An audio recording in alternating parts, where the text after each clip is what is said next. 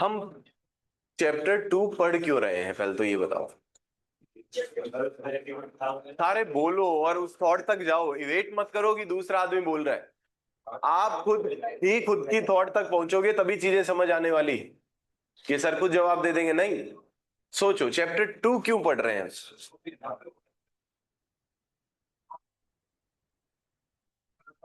ठीक है, ये आपने बोल दिया पूरे भारतवर्ष में एक्ट ऑफ पार्टीज से जितने भी ट्रांसफर होंगे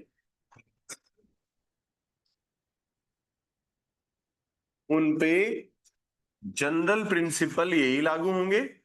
यही बोला क्या आपने, या मैं सुनने में लैग कर गया।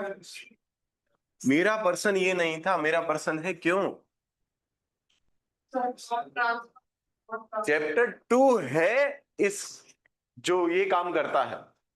चैप्टर 2 ये काम करता है संपूर्ण भारत में।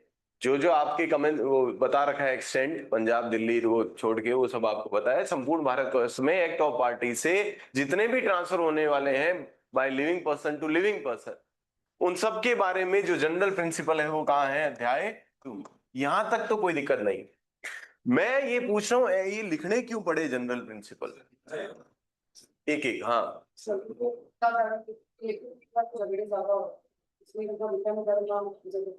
क्या सिर्फ चैप्टर 2 5 to 53 में चीजों को रिटर्न करने के लिए बोला गया।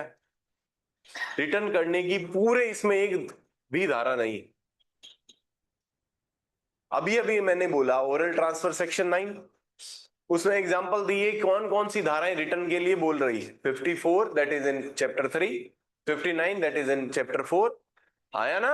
107 123 130।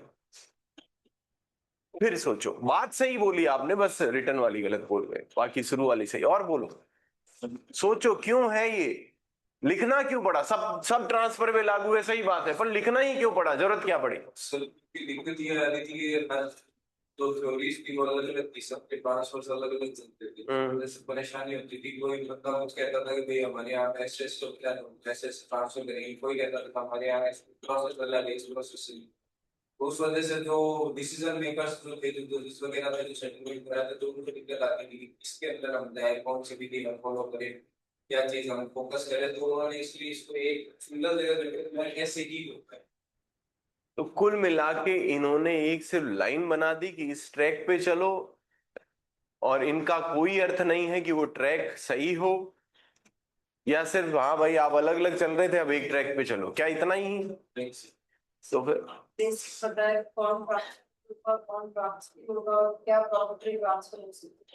फायदा क्या है उससे, बताया वो मुझे पता है।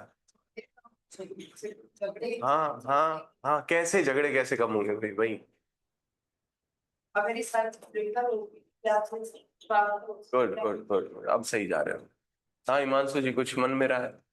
सर यही कि इनकी बात कंटिन्यू करते हुए कि सब कुछ है ना जजेस के डिस्क्रिप्शन का और जब चीजें लिखी गई होगी तो बहुत प्रिसीजन आता है चीज के अंदर में कि आपको क्या चीज किस तरीके से फॉलो करनी है, क्योंकि जस्ट इक्विटी और गुड कंसाइंस तो पहले भी अप्लाई होता था। अब आराम से सुनना। मैंने कोई प्रॉपर्टी ट्रांसफर की किसी को, है ना, पहले के जमाने की बात चल रही है, 1882 से पहले। तो सारे कानून तो अलग अलग बात कह रहे हैं। अंग्रेजों जैसा सही लगता था उन्होंने अपने हिसाब से, उनके यहाँ जैसा पैटर्न है, हमें जैसा सही लगता था पर्सनल लॉज के हिसाब से, हम हिंदू है तो हिंदू के हिसाब, मुस्लिम है मुस्लिम, सब अलग अलग चल रहे, वो ठीक बात। जब जज के पास मामला, जज साहब के पास मामला आता था, तो जज साहब के सामने यही बात थी कि मुझे अपना माइंड अप्लाई करना है। पर सभी जज का माइंड भी तो अलग है। कि मैंने ट्रांसफर के साथ, मान लीजिए एग्जाम्पल तौर में कहता हूं, मैंने कोई शर्त लगाई, इन जज के हिसाब से वो शर्त सही नहीं है, इन जज साहब के साथ हिसाब से वो शर्त सही है। ये जज साहब तो कहेंगे शर्त सही नहीं है, ट्रांसफर वॉइड। ये जज साहब कहेंगे शर्त सही है, ट्रांसफर। सेम ही शर्त है, जज अलग है। ये जज साहब तो कहते हैं ट्रांसफर के साथ गेट जाएगा मकान बेचेंगे तो, ये जज साहब कहते हैं नहीं, वो अपनी स्टेपनी गाड़ी में से निकाल सकते हैं। ये क्लियर कहां हुआ आपको कि वो नहीं निकाल सकते स्टेपनी? इसको पढ़ने पे ही तो हुआ। अरे नहीं हुआ क्या? सेक्शन 8 पढ़ा तभी तो क्लियर हुआ, नहीं पढ़ते तो हमें क्या पता लगता। कई जज साहब मान रहे हैं कि नहीं नहीं यार, ओरल कोई ट्रांसफर होता है क्या, आप तो बिल्डिंग बिल्डिंग बेच दी ओरल, पागल हो क्या आप। कई जज साहब कहेंगे क्या दिक्कत है, सबको लिखना थोड़ी आता है, ओरल भी ट्रांसफर। ये कहां पढ़ा हमने कि हो सकता है ओरल, नहीं अभी तक पढ़ा है। मैं उन्हीं का एग्जांपल ले रहा हूं ताकि चीजें समझ पाओ, अभी हमें बहुत कुछ पढ़ना है इसे। तो हजारों तरीके थे किसी चीज को एक व्यक्ति से दूसरे में जाने में, हजारों झगड़े थे। उन सारे झगड़ों को दूर करने के लिए कोडिफाइड लॉ होना कंपलसरी है, एक लिखित कानून होना जरूरी है कि इसी के हिसाब से जो होगा प्रॉपर्टी यहां जाएगी तो इसी तरीके से जाएगी, इसी ट्रैक से जाएगी, और ये ट्रैक भी सही है, सुलभ है, सबसे बढ़िया ट्रैक ये। सारे कानूनों में जैसा जैसे ट्रांसफर होती थी, जो जो उनके ट्रांसफर के नियम थे, जो जो कंडीशंस थी, उन सबको पढ़ा गया, समझा गया, उनमें से जो बेस्ट थे उन्हें रिटर्न कर दिया गया टीपी के अंदर। और आपको वही प्रिंसिपल पढ़ने कि अगर मैं किसी को गिफ्ट दे रहा हूं, चाहे मैं मूवेबल प्रॉपर्टी बेच रहा हूं, चाहे मैं पेन दे रहा हूं, चाहे मैं कॉपी दे रहा हूं, चाहे किताब दे रहा हूं, चाहे मकान दे रहा हूं, चाहे प्लॉट दे रहा हूं, चाहे गिफ्ट कर रहा हूं, चाहे एक्सचेंज कर रहा हूं, चाहे मोर्गेज कर रहा हूं, चाहे लीज पे दे रहा हूं, ये तरीके से ये प्रॉपर्टी एक व्यक्ति से दूसरे के पास जा सकती है। पुराने जमाने में किसी राजा ने कह दिया कि भाई ये प्रॉपर्टी जो है ये मैं आपको दे रहा हूं, आपके बाद उसके बेटे, उसके बाद उसके बेटे, उसके बाद उसके बेटे, उसके बाद उसके बेटे, उसके बाद। अगर पुराने जमाने की इस पैटर्न को कई रियासतों में चलता था, इसे आज भी हम लागू करते तो मैं तो आपसे कोई प्रॉपर्टी खरीद ही नहीं सकता था, और ना आप मेरे से। तो मेरी जो संपत्ति है वो कहीं से तो आई है, अलग से जमीन उगी तो है नहीं, कहीं से तो आई है, तो वो कभी ना कभी किसी के तो थी, उसने कह दिया वो मेरे मेरे मेरे मेरे संतानों में रहेगी, तो मैं अगर कुछ चाहता हूं तो मैं खरीद ही नहीं पाता। नहीं समझ पा रहे मेरी बात, आज ये संपत्ति मैं कैसे खरीद पाता, कभी भी नहीं, क्यों ये किसी को तो थी उससे पहले, और तो उनके दादा के दादा के दादा कह गए थे ये संपत्ति अपने घर में ही रहेगी, तो मैं उनके घर का हूं नहीं, तो मैं कभी खरीद नहीं ये पाता, न पास वाली, न वो न वो न वो। तो ये जितने भी क्योस थे, जितने भी परेशानियां थी, जितने भी गलत नियम थे, जितनी भी गलत प्रथाएं थी, जितने भी रूल रेगुलेशन इधर उधर के, उन सबको हटाया गया और एक फिक्स पैटर्न बताया गया, और एक उचित पैटर्न उस समय के हिसाब से इस तरीके से आपको संपत्ति ट्रांसफर करनी है। और संपत्ति अगर एक व्यक्ति से दूसरे में गई, चाहे गिफ्ट या किसी भी माध्यम से, तो ये नियम लागू होंगे उसमें। और ये नियम इतने सॉलिड लिखे गए कि आज 150 साल के बाद भी उसी तरीके से हम पढ़ रहे हैं। अमेंडमेंट के नाम पर आप एक सेक्शन 53A पढ़ते हैं,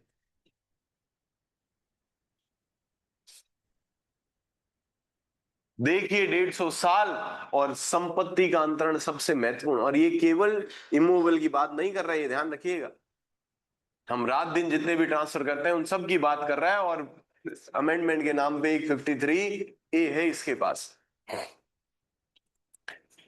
तो उन्हीं नियमों में से कुछ नियम हम पढ़ने जा रहे हैं। क्लियर?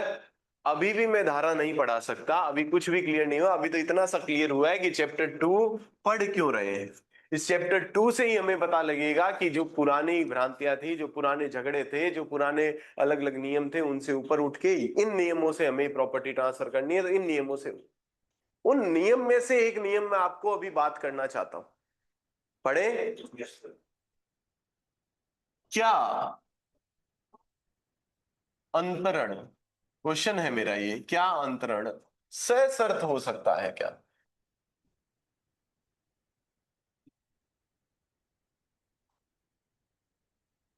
अंग्रेजी वाले समझ ही गए होंगे person. Can conditional transfer be done? क्या सशर्त अंतरण हो सकता है क्या? आपका जवाब क्या है? किसी का नो है क्या? क्या अंतरण में शर्त लगाई जा सकती है क्या?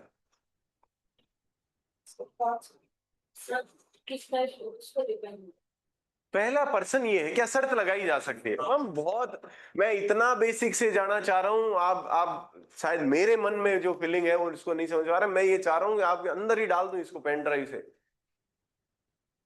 आप समझिए उस बात को, इसलिए मैं इतना अंदर घुस रहा हूं। मेरा एकदम सिंपल सा क्वेश्चन है, कोई एकदम आम, अब कोई समझना नहीं चाहे तो वो नहीं समझेगा सर टीपी को, बाकी मैं ये प्रयास कर रहा हूं कि अंदर तक घुसा दूं आपके। फिर सुनिए, क्या अंतरण सशर्त हो सकता है क्या? पहला प्रश्न ये है। मतलब सर सशर्त का क्या कंडीशन है? क्या मैं ये शर्त लगा सकता हूं, मैं अपना फोन आपको तब दूंगा जब आप कल के पेपर, मैं अपना फोन 5,000 में आपको दे दूंगा यदि आप कल के पेपर के अंदर 99% सिक्योर करते हैं। क्या ये शर्त लगाई जा सकती है? क्या ये शर्त लगाई जा सकती है? तो शर्तें लगाई जा सकती है, पहला उत्तर इसका हुआ हाँ। इसमें किसी को कोई दिक्कत? ये क्वेश्चन था, ये उत्तर है, हो गया। शर्त दो प्रकार की हो सकती है, कंडीशंस टू टाइप्स की होती है, कंडीशन प्रेसिडेंट और कंडीशन सब्सिक्वेंट। शर्तें लगाई जा सकती है, इसमें तो कोई डाउट नहीं है। ट्रांसफर में शर्त लगाई जा सकती है, इसमें कोई डाउट नहीं है। शर्तें दो प्रकार की, हिंदी में इसे बोलते हैं पूर्वभावी शर्त और इसे बोलते हैं पश्चातवर्ती। क्या बोलते हैं? एक बार यही समझ लो जो भी बोलते हैं, पूर्वभावी शर्त और पश्चातवर्ती, दोनों में क्या अंतर है सर, ये बताओ। पूर्वभावी शर्त का मतलब ये हुआ कि यदि आप ये काम कर दोगे तो मैं प्रॉपर्टी आपको ट्रांसफर करूंगा, तो मैं आपको गिफ्ट दे दूंगा, तो मैं आपको सेल कर दूंगा, तो मैं एक्सचेंज में कर दूंगा, जो भी। हाँ या ना? पूर्वभावी शर्त यानी ट्रांसफर से पहले ही वो शर्त पूरी करनी होगी, तभी ट्रांसफर आगे इफेक्टिव होगा, वरना ट्रांसफर इफेक्टिव ही नहीं होगा। It must be fulfilled before transfer. आया ना?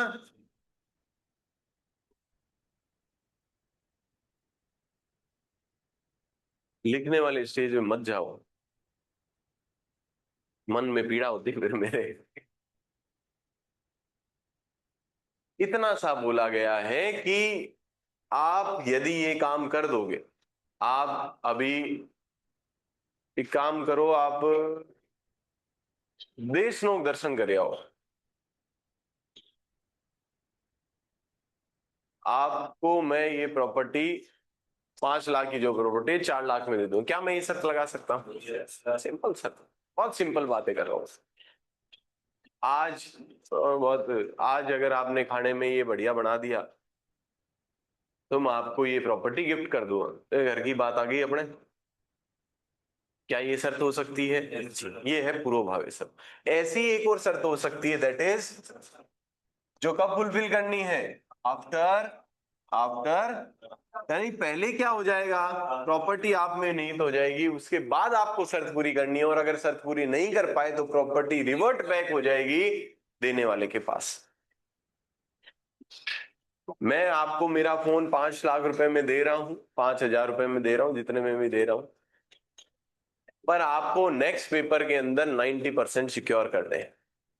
अगर नहीं किए तो फोन रिवर्ट बैक कहां हो जाएगा? मेरे पास। क्या ये शर्त भी लगाई जा सकती है? जी, सिंपल ही तो है।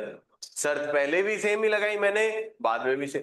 मैं आपको अपना फोन दे दूंगा यदि 90% लेके आओ 5,000 में, ये भी शर्त वैलिड है। मैं आपको फोन अभी दे रहा हूं, पर आपको क्या करना है, ये भी शर्त लगाई जा सकती। तो अभी हम इतनी सी बात करते हैं, ये क्या ट्रांसफर में शर्त लगाई जा सकती है? जी।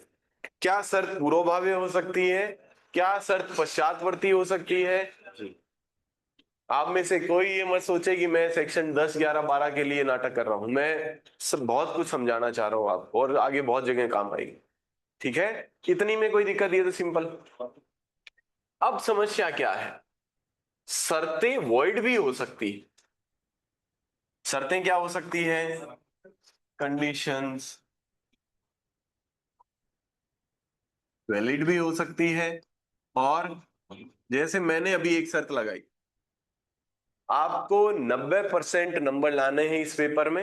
इधर प्रेसिडेंट और सब्सिक्वेंट वो बात नहीं कर रहा, पूर्वभावी है कि पश्चातवर्ती है, मैं वैलिड और वॉइड की बात कर रहा हूं। मैंने ये शर्त लगाई कि आपको 90% लाने हैं तो मैं आपको फोन दूंगा, ये वैलिड है कि वॉइड है? मैंने ये शर्त लगाई आपको टांगे तोड़नी है राजेश जी की, तो मैं आपको फोन 5,000 में दूंगा, वैलिड है कि वॉइड है? ये तो सब जानते हैं। वॉइड का मतलब शून्य होता है, जो नहीं जानते बता दो। वॉइड का मतलब क्या होता है? शून्य। वैलिड जिनको लॉ अलाउ करता है, वॉइड शर्तें आइए पढ़ते हैं। पहला, इम्पॉसिबल।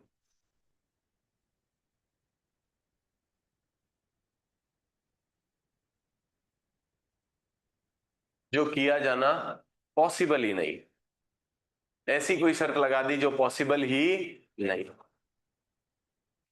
वो शर्त कैसी है? शर्त कैसी है? वैलिड है कि वॉइड है? वॉइड है, क्योंकि शून्य है। शर्त क्या है? शून्य है, क्योंकि किया जाना पॉसिबल ही नहीं।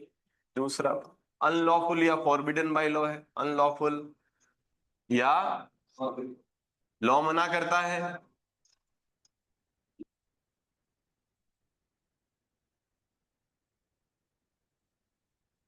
अनलॉफुल या फॉरबिडन बाय लॉ, इसे जानते हैं, समझते हैं सब। नहीं भी समझते तो एक बार चीजें देख, विधि विरुद्ध है, कुछ भी होगी। आप मेरे को 5 ग्राम एमडी ला के दोगे तो फोन दे दूंगा गिफ्ट में। फॉरबिडन आया ना? अनलॉफुल, शर्त कैसी है? Word which destroy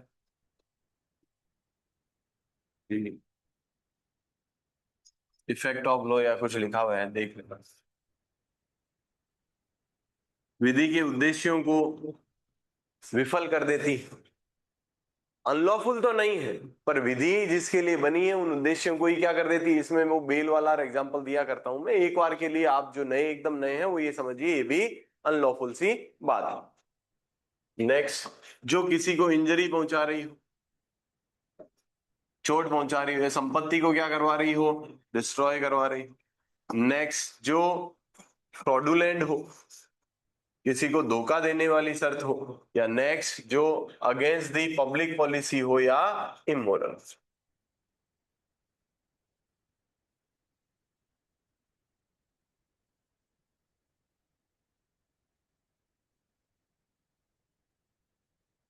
public policy के अगेंस्ट हो या फिर क्या हो? इमोरल।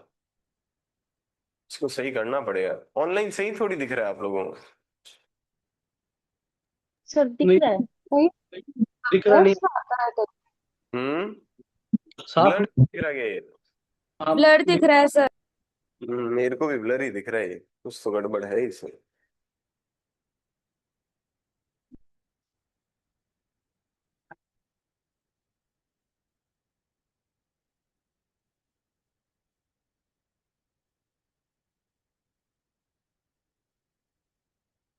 सही दिखे तो बताना भाई, कैमरामैन नहीं हूं मैं। हाँ अब है सही सर, दिख दिख रहा है। गया सर अब सही सर दिख सही रहा है। दिख रहा है। खेर हो गया था, चल ले तो दिक्कत है, नहीं चल ले तो दिक्कत, थोड़ी देर में वो नीचे हो जाए, सिर बंद हो जाए, फिर वो कह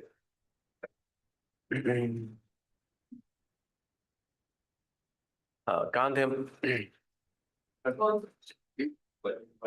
मैं आपको ऐसे ही बता रहा हूँ, ये आपके काम नहीं आएगा, मैं ये चीजें बता रहा हूँ। कुछ शर्तें वॉइड होती, जैसे शर्त मैंने लगा दी जाके किसी की टांगे तोड़ दो, ठीक, जाके किसी का फोन तोड़ दो तो मैं आपको मेरा फोन दे दूंगा, जाके घर के आग लगा दो उसके, आया ना? तो ऐसी कोई भी मैं शर्त रखता हूं तो वो शर्त क्या है? वॉइड है। या इम्पॉसिबल शर्त है, चांद तारे तोड़ लाऊं मैं फोन 5,000 में दे दूंगा, इम्पॉसिबल। ये शर्तें क्या है? वॉइड है। ये शर्तें क्या है? वॉइड है। अब जो मैं बात समझाना चाह रहा हूं उसे समझिए, ये सारे लिखने की जरूरत नहीं है, सेक्शन 25 में ये सारी बातें लिखी हुई है, ठीक है, वहां जाके देख लेना कंडीशन। और ये इनहेरेंट ही अपने आप में ही ये शर्तें क्या है? वॉइड है। ये शर्तें शुरू से ही क्या है? शून्य है। अब देखो इधर आओ, क्या अंतरण से शर्त हो सकता है? क्या ट्रांसफर में शर्त लगाई जा सकती है? जी हाँ। शर्तें कैसी हो सकती है? पूर्व भावे भी, पश्चात में। पर पर्सन अब ये है कि क्या हो यदि पूर्वभाव्य शर्त वॉइड हो। जो आपको शर्त लगाई है ट्रांसफर की, वो शर्त क्या हो, पूर्वभाव्य शर्त वॉइड हो तो क्या होगा, क्या ट्रांसफर होगा या नहीं। मैंने कहा राजेश जी की टांगे तोड़ दोगे तो 5,000 में फोन दे दूंगा। शर्त क्या है, शून्य है। क्या ट्रांसफर होगा कभी आपके पास, नहीं होगा ही नहीं, क्योंकि ये शर्त तो इम्पॉसिबल। कोई आप मेरे लिए क्या कर दोगे, 2 सेकंड में 500 मीटर भाग लोगे तो मैं आपको फोन गिफ्ट कर दूंगा। इज इट पॉसिबल, नहीं। शर्त क्या है, शून्य है। और कैसी है, पूर्वभाव्य है कि पश्चातवर्ती है, कैसी है, पूर्वभाव्य है कि पश्चातवर्ती है। पूर्वभाव्य शर्त यानी इस बात का एक नियम निकला, यदि किसी भी ट्रांसफर में पूर्वभाव्य शर्त शून्य है तो वो अंतरण भी शून्य हो जाएगा। ये लिखो अब, यदि किसी अंतरण में if condition precedent is void,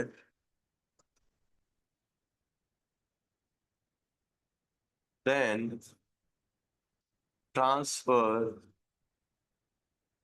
depend on such condition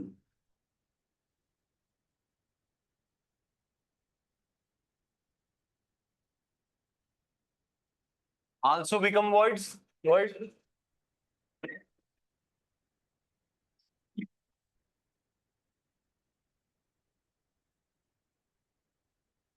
कोई दिक्कत है क्या यहां पर किसी को, क्या इसके लिए कुछ समझाने की जरूरत है क्या मुझे। मैंने जिस शर्त, क्या शर्त लगाई जा सकती है, जी हाँ, शर्त ही ऐसी है जो कि इलीगल है, अनलॉफुल है, इम्पॉसिबल है, तो क्या कभी ट्रांसफर होगा, नहीं। क्योंकि न वो शर्त पूरी होनी और ना ही वो काम होना।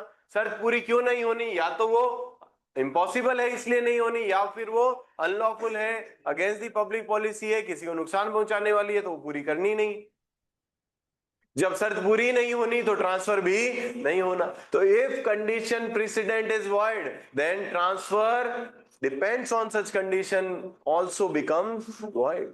नहीं समझ, हिंदी में समझो, बात समझ आ रही है तो हिंदी अपने आप हो जाती है अभी तक। यदि पूर्वभाव्य शर्त शून्य है, यदि पूर्वभाव्य शर्त शून्य है तो उक्त शर्त पर, तो उक्त शर्त पर आधारित अंतरण भी शून्य होगा। यदि पूर्वभाव्य शर्त शून्य है तो उक्त शर्त पर आधारित अंतरण भी शून्य होगा। समझ रहे हैं क्या मैडम आप। यस मुझे चाहिए आप लोग एक्टिव रहो इसमें, है ना, नस मत गिरो अपनी। अभी गिरी हुई है तो फिर तो भूल ही जाओ आप, इससे ज्यादा नहीं जा सकता। इधर आओ, ऐसी दी करो, नस घेरो बोलने बाद भी नहीं समझ आया। क्या शर्तें लगाई जा सकती है अंतरण में, जी हाँ, शर्तें कितने प्रकार की, 2, 50, क्या दोनों हो सकती है, जी हाँ हो सकती है।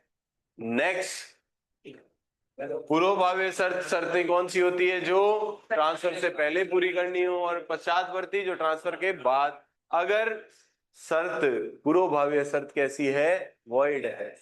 वॉइड कैसे होती है अभी बताया, इम्पॉसिबल है, अनलॉफुल है, किसी नुकसान। If condition precedent is void, then transfer depend on such condition also becomes void। क्योंकि वो शर्त पूरी नहीं होगी तो ट्रांसफर भी नहीं। परंतु यदि कंडीशन सब्सिक्वेंट वॉइड है,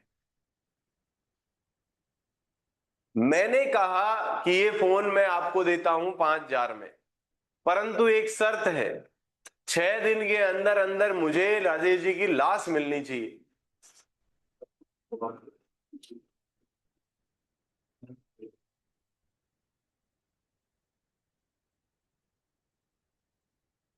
बोलो क्या होगा, ट्रांसफर होने में कोई दिक्कत है क्या, वैसे तो ये बताओ। प्रॉपर्टी तो वहां चली जाएगी, दिक्कत तो काय में है, शर्त में है, शर्त पालन मत करो। यही वैलिड शर्त होती तो प्रॉपर्टी ट्रांसफर हो गई है। शर्त पालन की जा सकती है, जी हाँ तो करो, नहीं करोगे तो प्रॉपर्टी क्या हो जाएगी, रिवर्ट बैक। यही प्रॉपर्टी ट्रांसफर में शर्त लगाई है वॉइड, तो ट्रांसफर तो दोनों ही कंडीशन में होती है, ट्रांसफर तो पहले हो गई, अब बात आई शर्त की। शर्त तो इम्पॉसिबल है पालन करना, जब इम्पॉसिबल है तो वो पालन कर ही नहीं सकता, कर ही नहीं सकता तो भाई शर्त उसने खंडन किया ही नहीं है, जब शर्त खंडन नहीं किया है तो प्रॉपर्टी रिवर्ट बैक नहीं होगी। क्या समझ आ रही है मेरी बात? यदि पश्चातवर्ती शर्त शून्य है तो उसका ट्रांसफर पे कोई प्रभाव नहीं पड़ेगा। यदि पश्चातवर्ती शर्त वैलिड होती, वैध होती, तो आपको पालन करना पड़ता, क्योंकि लॉ कह रहा है पालन करो, कॉन्ट्रैक्ट आपका कह रहा है कि आपको पालन करनी है, फिर पालन नहीं की तो आपने कॉन्ट्रैक्ट का अवहेलना की है, कॉन्ट्रैक्ट की अवहेलना की है तो प्रॉपर्टी वापस मालिक, रिवर्ट बैक चली जाएगी मालिक। अब चूंकि क्या हुआ, प्रॉपर्टी पहले मैंने आपको दे दी, अब कहा राजेश जी की टांगे तोड़ देना 6 दिन के अंदर, तो अब प्रॉपर्टी तो आप में आ गई है, वेस्टेड हो गई है। अब समस्या क्या है, शर्त पूरी नहीं करेंगे तो प्रॉपर्टी वापस चले। क्या शर्त पूरी की जा सकती है विदितः? विदितः पूरी की नहीं जा सकती तो आप करोगे नहीं, लॉ खुद कह रहा है करनी नहीं है, जब लॉ खुद कह रहा है करनी नहीं है तो लॉ आपसे प्रॉपर्टी क्यों छीनेगा? लॉ मानने के लिए प्रॉपर्टी छीनेगा क्या? लॉ तो क्या चाहता है, मुझे माना जाए, क्या वो चाहेगा कि नहीं प्रॉपर्टी रखनी है तो लॉ तोड़ मार लाश लेके जाओ राजेश जी? लॉ तो चाहेगा ना लॉ ना टूटे। तो प्रॉपर्टी अगर condition, if condition subsequent is void, then we will disregard such condition and transfer is valid.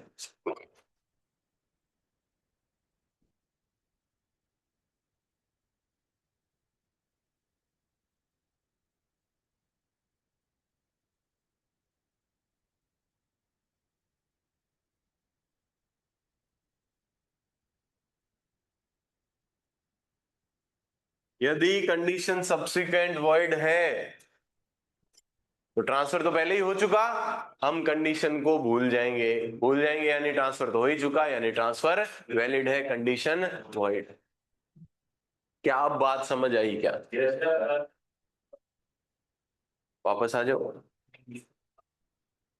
क्या सशर्तंतरण हो सकता है? सशर्त शर्तें कैसी हो सकती है? पूर्वभावे भी हो सकती है, पश्चातवर्ती भी हो सकती है, दोनों हो सकती है। कुछ शर्तें पूर्वभावे शर्त उन्हें कहते हैं जो ट्रांसफर से पहले पूरी होनी हो, और सब्सिक्वेंट ऑफ कोर्स नाम से ही पता है जो ट्रांसफर पहले होगा बाद में शर्त पूरी करनी है, एक फिक्स टाइम होगा या कुछ भी होगी, लिमिट होगी उसको कर। शर्तें वैलिड भी हो सकती है और वॉइड। कुछ वॉइड शर्तें पहले से निर्धारित है।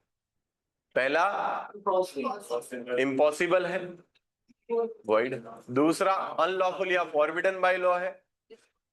तीसरा अनलॉफुल तो नहीं है पर न्याय के उद्देश्यों को, defeat the end of justice, न्याय के उद्देश्यों को क्या कर देगा, डिस्ट्रॉय कर देगा। किसी अन्य को इंजरी या कोई संपत्ति को नुकसान पहुंचाना है, कपट करने की शर्त है, और या पब्लिक पॉलिसी और इमोरल, आप जानते हैं ये सट्टा जुआ प्रोस्टिट्यूशन ये सब क्या है, पब्लिक पॉलिसी और इमोरल। ठीक, ऐसी कोई शर्त है तो ये सारी की सारी वॉइड है।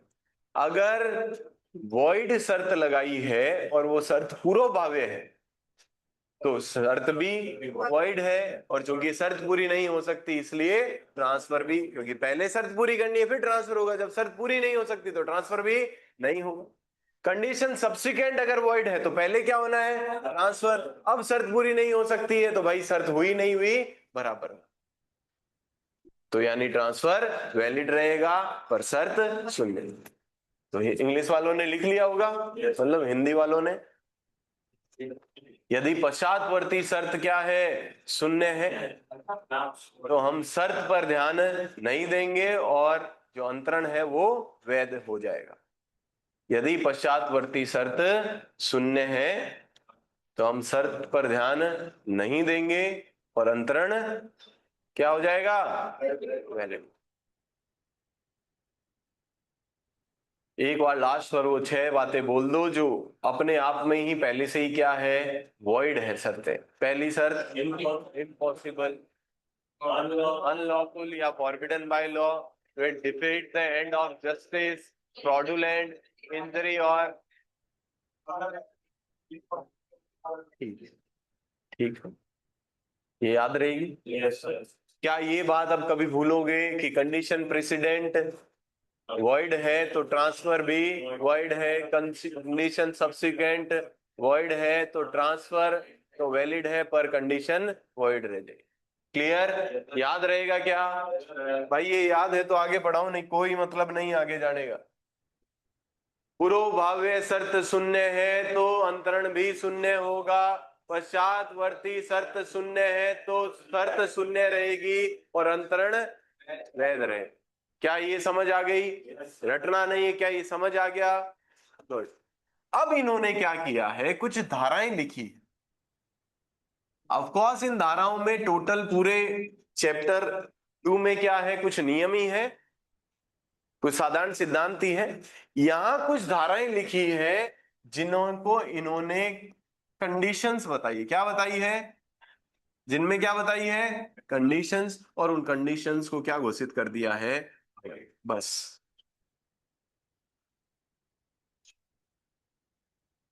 चार धाराएं हमें पढ़नी है, 11, 12, सॉरी 10, 11, 12, 17,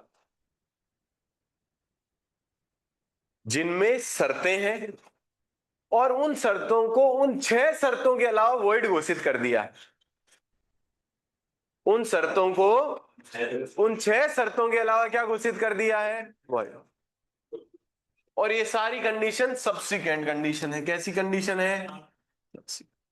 तो अब आप बताइए, अगर धारा 10 में कोई शर्त दे रखी है और वो क्या घोषित कर दी इन्होंने, तो इस शर्त पे अगर कोई चीज ट्रांसफर हुई है तो ट्रांसफर वैलिड रहेगा कि वॉइड हो जाएगा? क्यों सर? शर्त कैसी है? सब्सिक्वेंट है, ट्रांसफर वैलिड, शर्त शून्य। धारा 11 में भी एक कंडीशन बताई जिसे क्या घोषित कर दिया, वॉइड। शर्त कैसी है? सब्सिक्वेंट, ट्रांसफर हो गया है, क्या ट्रांसफर वैलिड रहेगा या वॉइड हो जाएगा? शर्त शून्य रहेगी और ट्रांसफर सेम टू सेम। 12 में एक शर्त बताई सब्सिक्वेंट और बोला कि ये शर्त अगर रखते हैं, उन 6 के अलावा कुछ शर्तें बता दी, ये शर्तें भी वॉइड है। जैसे अनलॉफुल वॉइड है, जैसे इम्पॉसिबल वॉइड है, वैसे भी धारा 10 में जो शर्त है वो भी वॉइड है, 11 वाली भी वॉइड है, 12 वाली भी वॉइड है और 17 वाली भी वॉइड है। तो अगर ये शर्तें, चारों शर्तें लगी है किसी ट्रांसफर में, और ये चारों सब्सिक्वेंट शर्तें हैं और वो वॉइड है, अगर वॉइड इन्होंने घोषित कर दी, तो क्या होगा? इन शर्तों का कोई प्रभाव होगा? ट्रांसफर वैलिड रहेगा और ये शर्तें डिसरिगार्ड कर दी। क्या अब समझ आया? अब पढ़ो। हालांकि धारा में इतना ही नहीं है, धारा में बहुत कुछ है, पर धारा का बेस ही नहीं पता हमें, सीधी धारा पढ़ने लग जाता है। अब ये बेस है कि धारा 10, 11, 12, 17 में हम क्या पढ़ेंगे? कुछ पश्चातवर्ती शर्तें जिन्हें शून्य घोषित किया गया है, जो पहले से शून्य नहीं थी, शून्य घोषित किया गया है। क्योंकि पुराने जमाने के लोग ऐसी शर्तें लगा देते थे, तो नया जब लॉ बना तो उन्होंने कहा कि यार ये शर्तें तो वॉइड होनी चाहिए। अगर प्रेसिडेंट लगाई है तो ट्रांसफर ही नहीं होगा, और सब्सिक्वेंटली लगाई है तो ट्रांसफर वैलिड रहेगा, और इन शर्तों के कारण से प्रॉपर्टी रिवर्ट बैक नहीं होगी। ये नियम जोड़े गए और ये अत्यंत महत्वपूर्ण नियम है फॉर द टीपी। धारा 10, 11, 12 लोग जिन्होंने 9 तक पड़ाव पार कर लिया, यहाँ प्राण एकदम त्याग ही देते हैं। भीष्म पितामह जो इतने सालों तक इतने बाणों से लड़ा, वो 10, 11, 12 में आके कहता है कि अब मेरा अंतिम समय आ गया है, मैं स्वेच्छा प्राण त्यागना चाहता हूं। कोई और तो नहीं मार सका मुझे, परंतु अब मेरा समय आ गया है, मैं इससे ज्यादा जीवित अपने को वो पड़ाव पार करना है। और अगर अभी तक की बात आपको समझ आई है तो ये पड़ाव बहुत आसानी से पार हो जाएगा। चलें आगे। इसीलिए आपकी सारी क्लासेस, चूंकि कैमरा से हम रिकॉर्ड नहीं कर सकते क्योंकि बहुत हाई क्वालिटी लगता है, तो हम जूम पे रिकॉर्ड कर रहे हैं। क्वालिटी लो है, परंतु आपकी सारी क्लासेस में टीपी की रिकॉर्ड कर रहा हूं ताकि आपको कोई तकलीफ ना है, आप जब चाहो तब देख सकते हो। ठीक है, टोटल रिकॉर्ड करेंगे हम, कोई नहीं छोड़ने वाला है। याद रहा तो, जैसे मैं रोज भूल जाता हूँ, थोड़ी देर बाद रिकॉर्डिंग स्टार्ट करता हूँ। सेक्शन 10 पढ़ूं? Condition, restraining, alienation, alienation, alienation, जो भी आप बोलते हैं, अन्य संक्रामण अवरुद्ध करने वाली ये वो शर्तें हैं। 10, 11, 12, 17 में क्या है? उस शर्तें हैं जो सब्सिक्वेंट है, जिन्हें विधि ने वॉइड घोषित किया है, नहीं वॉइड पर वॉइड घोषित 1882 में इन्हें वॉइड घोषित कर दिया। पहले तो लोग लगाते थे, इन्होंने वॉइड घोषित कर दिया। और अगर कंडीशन सब्सिक्वेंट वॉइड है तो ट्रांसफर पे क्या फर्क पड़ेगा? Transfer valid, condition void. आइए अब इस बात को भूल जाओ, वो मन में रखनी है। अब ये समझो कि हम सेक्शन 9 के बाद सीधा क्या पढ़ रहे हैं? 10 पढ़ रहे हैं। अब यानी फोकस इस पे करना है, नहीं तो आप वहीं रह जाओगे। वो तो चीज होगी ना, कंसेप्ट था वो क्लियर हो गया। अब यहाँ आओ वापस, हम क्या पढ़ रहे हैं सर? आज की क्लास अभी स्टार्ट हुई है, ऐसे समझिए। सेक्शन 10 क्या है सर? कंडीशन, रिस्ट्रेनिंग,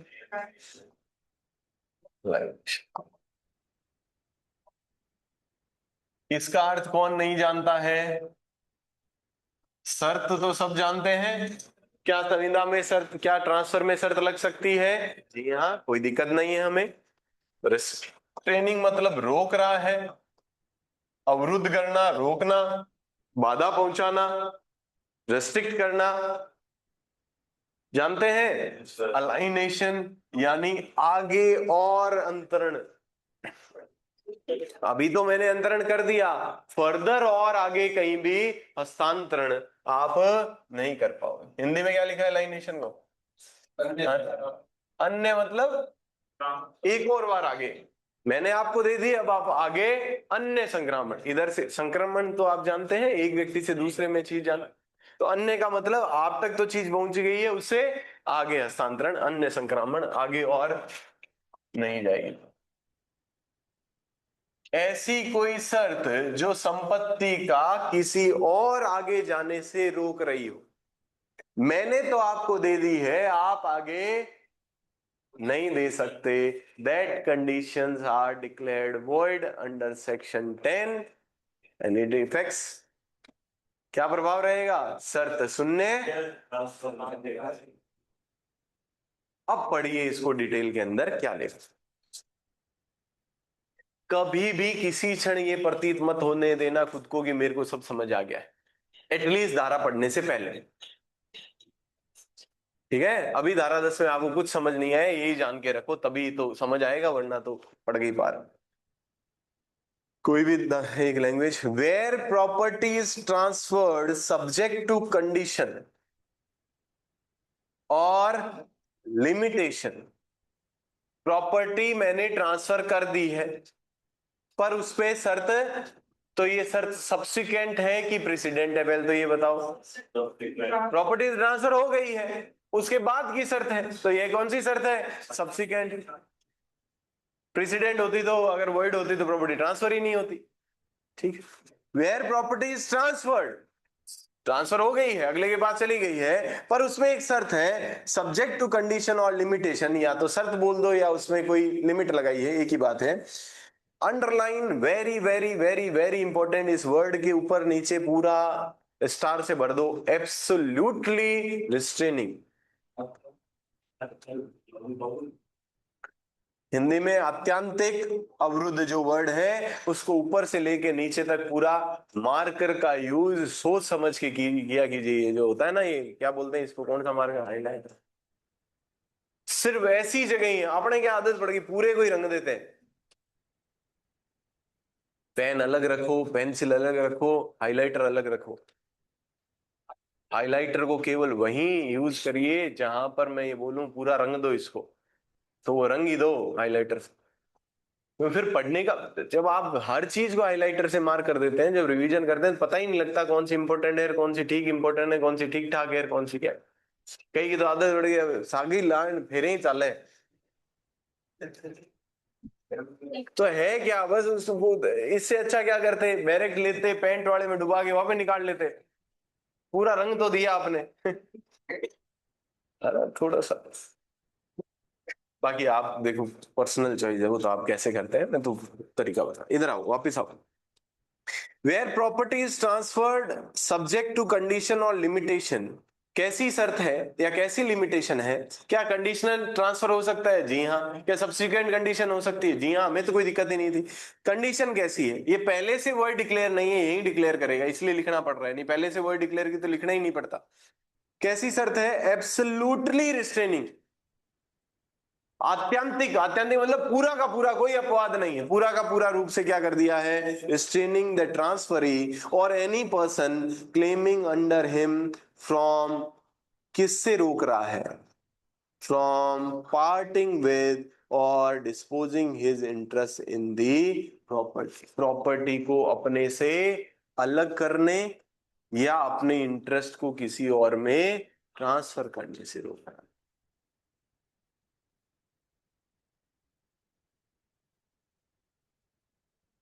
पूर्णतया रोक रहा है। क्या बात तो समझ आई? मैंने प्रॉपर्टी आपको ट्रांसफर कर दी है, पर उस पे एक शर्त लगाई है कि आप इस प्रॉपर्टी में अपना हक किसी और को नहीं दोगे, या ये प्रॉपर्टी किसी और को पूर्णतया ट्रांसफर नहीं, ये मैंने शर्त लगाई। ये जैसे आपको मैंने मोर्गेज पे दी और शर्त लगा दी, आप इसे आगे किसी को अपने हक को, मोर्गेज वाला हक त्याग करके किसी और को मोर्गेज नहीं दे सकते, अपना राइट किसी और को नहीं दे सकते एज ए मोर्गेजी। मैंने आपको बेच दी प्रॉपर्टी और बोल दिया आप आगे इसे नहीं बेच सकते। दोनों ही बातें हो गई, दोनों बातों का अर्थ समझ आ रहा है? एक तो क्या लिखा है? पार्टिंग विद, यानी अपना हक त्याग के किसी और को देना, और दूसरा डिस्पोजिंग ऑफ हिज इंटरेस्ट, अपना हित किसी और को देना। द कंडीशन और लिमिटेशन इज वॉइड, ये बताने के लिए धारा लिखी हुई है। एक्चुअल में 6 तरीके की कंडीशन तो पहले से ही क्या है? वॉइड है। ये 7वीं कंडीशन बताई जो कैसी है? वॉइड है। और चूंकि ये कंडीशन कैसी है? सब्सिक्वेंट है, तो हमें पहले से ही पता है, ये बात हमें पहले से पता है, यदि कंडीशन सब्सिक्वेंट वॉइड होती है तो कंडीशन वॉइड, ट्रांसफर वैलिड। आगे पढ़ लीजिए क्या लिखा है। द कंडीशन और लिमिटेशन इज वॉइड एक्सेप्ट, इसको छोड़ो, बस हो गया तो खत्म ही हो गया। शर्त शून्य है, तो हमें पता है शर्त शून्य है तो क्या होगा? बस ठीक, इतना ध्यान रखो आप, आगे का एक बार मत पढ़ो, इसके अपवाद है। क्या लिखा सर? हिंदी में पढ़ देता हूं पहले, आप जहां की संपत्ति ऐसी शर्त या मर्यादा के अधीन अंतरित की जाती है जो अंतरिती या उसके अधीन दावा करने वाले व्यक्ति को संपत्ति में अपने हित को अलग करने या व्यनित करने से आत्यंतिकतः अवरुद्ध करती है, वहां ऐसी शर्त या मर्यादा शून्य है, वहां ऐसी शर्त या मर्यादा शून्य। और आप सबको पता है हमने पहले प्रॉपर्टी क्या कर दी है? ट्रांसफर कर दी है, और बाद की ये शर्त है, बाद की क्या है? शर्त है, यानी शर्त कौन सी है? सब्सिक्वेंट है। और सब्सिक्वेंट शर्त, सब्सिक्वेंट कंडीशन वॉइड होने पे क्या होता है? Condition void, transfer. क्या पता है क्या आपको? बस इसके लिए इन्होंने माथा दुखाया और एक धारा लिखी, धारा 10, क्योंकि पहले ऐसी शर्तें लगा दी जाती है। इन्होंने क्यों रोका? अब समझो आप, ये बताओ क्यों रोका इन्होंने, ऐसा प्रावधान क्यों किया, क्यों वॉइड घोषित किया इसको? क्योंकि फिर वो जो एक प्रॉपर्टी है वो एक ही जगह स्थगित हो जाती है।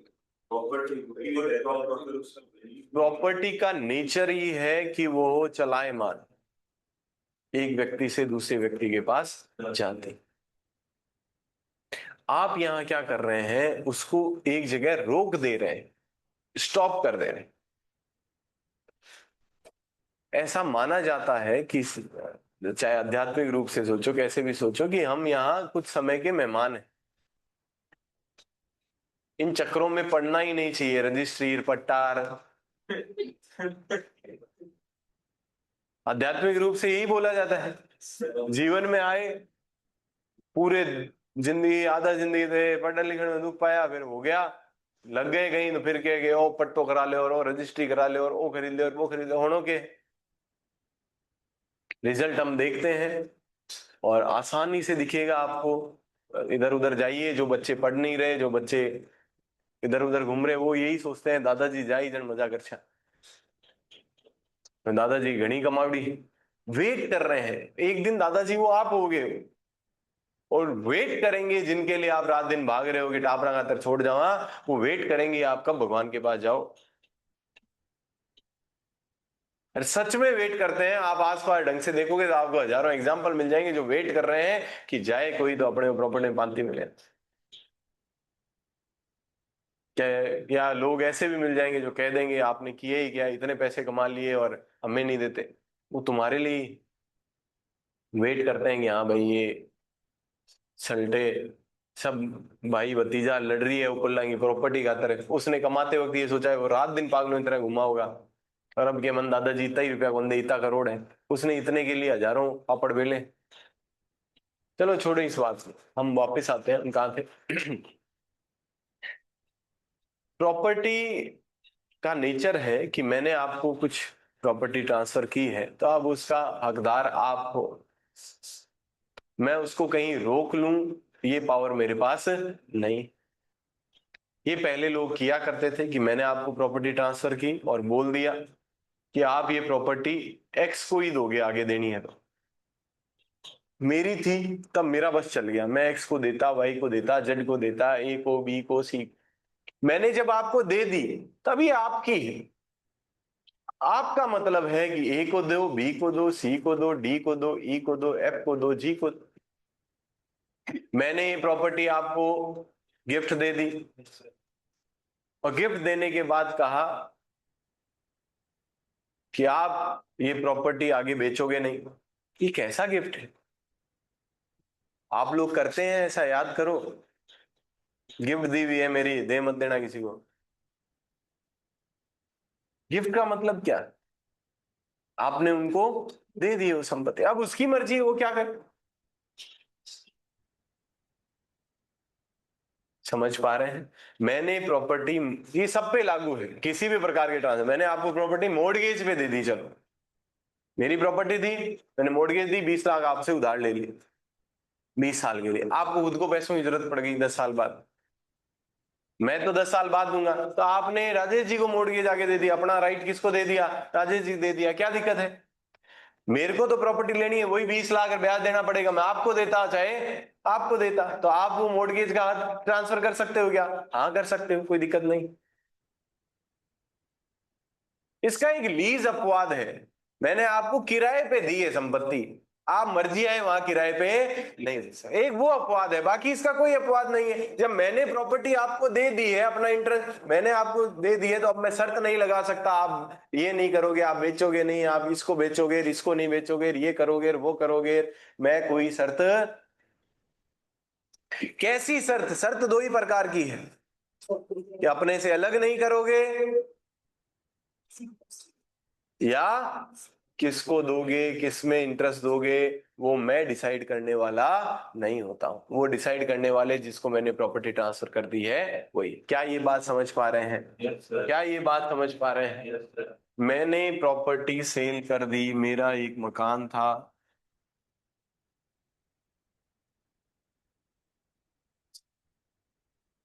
और मेरा ये मकान है, पैसों की आवश्यकता पड़ी, मैंने ये सेल कर दिया कानाराम जी, और एक शर्त लगाई, सेल कर दिया, पैसे ले लिए, सब है, कंडीशन सब्सिक्वेंट लगेगा। कानाराम जी आप इसको कभी सेल नहीं करोगे, ध्यान रखना, ये वसीयत में ही जाएगी आपकी, जाएगी तो वसीयत में भी नहीं जाएगी, इंटरस्टेट ही जाएगी, आप मरोगे अपने आप आपके टावरों में पास चली जाएगी। क्या ये शर्त है? लगा सकता हूं? हाँ क्यों? सर आप शर्त लगा सकता हूं मैं, लगा तो सकता हूँ, क्या वैलिड है कि वॉइड है? अच्छा ऐसे बोल रहे हो क्या आप? मैं ही कंफ्यूज हो गई। शर्त लगा तो कोई भी सकते हो, पर ये शर्त वॉइड है। क्यों है वॉइड? अब इसके मालिक कौन है? मालिक है, या जो भी इंटरेस्ट आपने दिया है वो किसके पास है?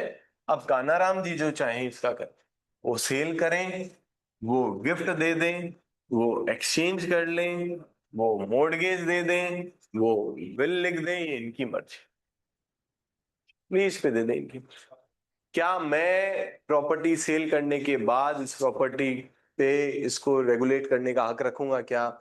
नहीं तो क्या होगा, आज जिसके पास संपत्ति है तो उसे बेच भी देगा, सब भी कर देगा, उससे पैसे भी ले लेगा और वो संपत्ति को बांध के भी रख लेगा, और संपत्ति कभी भी लॉ बांधने नहीं देगा।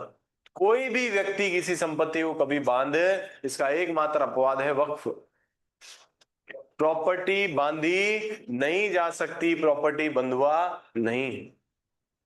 मैं आपको प्रॉपर्टी दे रहा हूं, आपको हक दे दिया है, अब आपकी मर्जी है, उसे बेचें, उसको गिफ्ट करें, उसको दान में दें, उसका कुछ भी करें, आपकी मर्जी। क्लियर? क्लियर? परंतु यहाँ एक बात है, एब्सोल्युटली रिस्ट्रेनिंग वर्ड क्या है? कौन सा वर्ड है?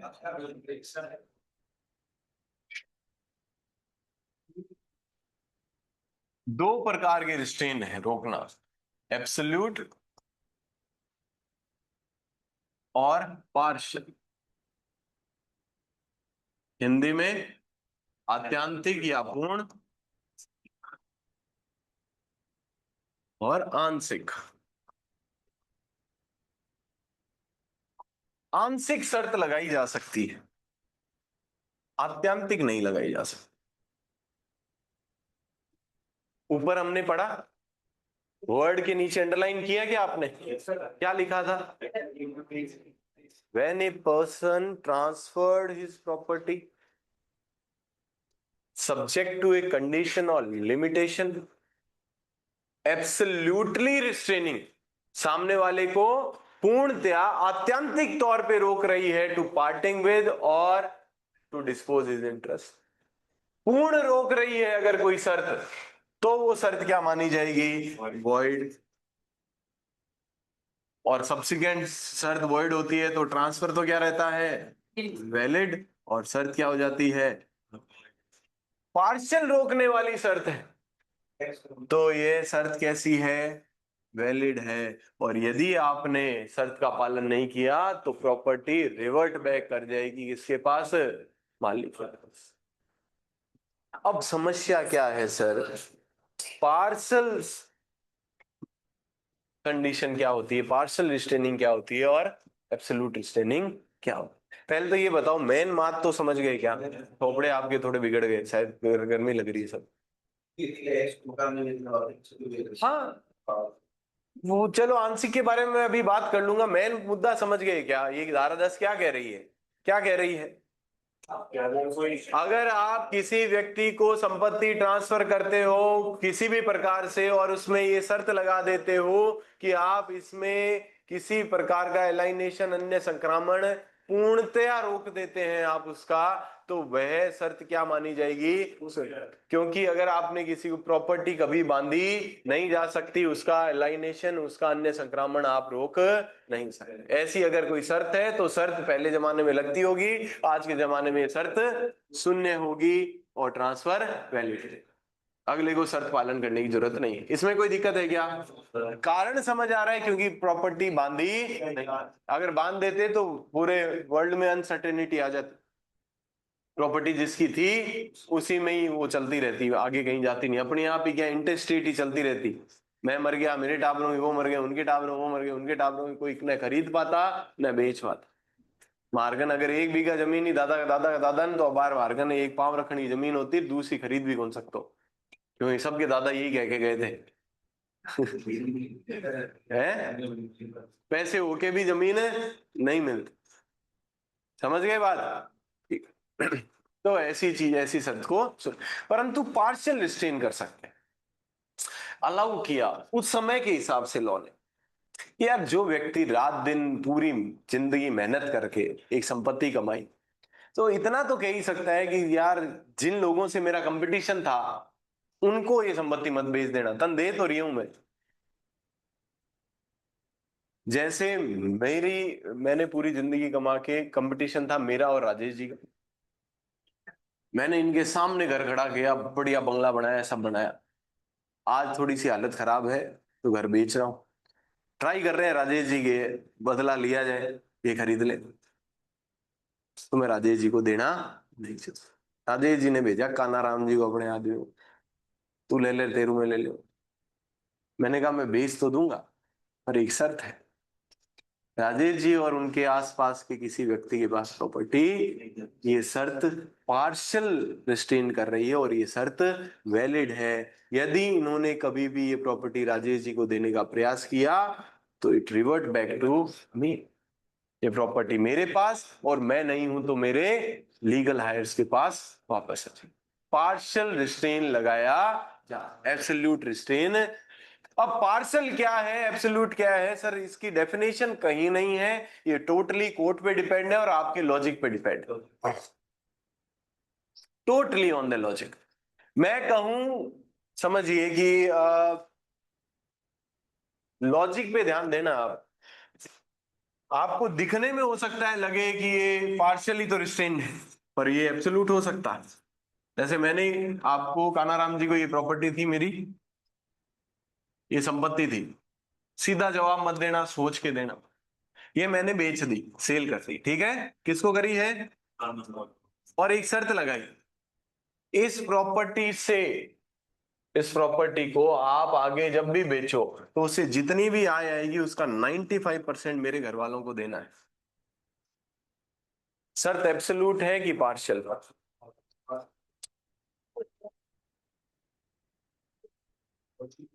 तुक्के मत मारो, मेरे को थोड़ी खुश करना है, मैं सही हो जाऊंगी तो सर राजी हो जाएंगे। मैंने क्या कहा, मैंने कानाराम जी प्रॉपर्टी दे दी और क्या, अब आप जब भी बेचोगे बेच सकते हो, मना थोड़ी है, पर जब भी बेचोगे उसका 95% सारा जो भी प्रॉफिट होगा वो मेरे घर वालों को देना है। इज इट पार्शियल और एब्सोल्यूट? दिखने में पार्शियल है ये भाई बेच तो सकते हैं, ये मना किसने किया? अब आप क्यों बेची, पागल है कि वो? किसने खाया इनको ऐसा? कौन सो डेंगू मलेरिया है कि वो प्रॉपर्टी एक तो मेरे पास है, इसको बेचनी है, बेच के केवल 5% मैं लूं, क्यों बेचूंगा? पूरी जिंदगी के बड़ंदा आपने बेचनी होने, आप नहीं रहने दे। दैट इज एब्सोल्यूट रेस्ट्रिक्शन, दिखने में पार्शियल है। हालांकि ये चीजें आपसे पूछने वाला कोई नहीं है, पर आपको तो पता होना चाहिए यार, आप उस सीट पे बैठे हुए कुछ आता ही नहीं है, बेइज्जती कराता फिर जज बनने लगे भाई। तो क्या मेरी बात समझ पा रहे हैं? शर्त दिखने में नहीं देखना है हमें, आपको अंदर का एसेंस तक पहुंचना है। क्या इसके लिए, कान्हाराम जी के लिए एब्सोल्यूट ही नहीं है क्या? ये क्यों बेचेंगे? कितनी घड़ी पड़ गई इनको कि बेचने से इनको खुद को क्या मिलेगा केवल? तो यानी इनका बेचना रोक ही दिया आपने इस शर्त से। और समझो, पार्शियल रिस्ट्रिक्शन है कि एब्सोल्यूट है, बताना, आप बताना। ये संपत्ति है, मैंने सेल कर दी कान्हाराम जी को और मैंने ये बोला अगर आप बेचोगे तो एक्स को ही बेचोगे। इट इज पार्शियल और एब्सोल्यूट। दिखने में पार्शियल है ये भी, कि पूरा कहां रोका है हमने, बेचने के लिए मना ही नहीं किया। अरे एक्स खरीदे ही नहीं तो खरीदे बहुत के 5 रुपया दे, भाई जी ले ले 10 में तो ले ले, उसके पग पकड़ो क्योंकि आप कहीं बेची। इट इज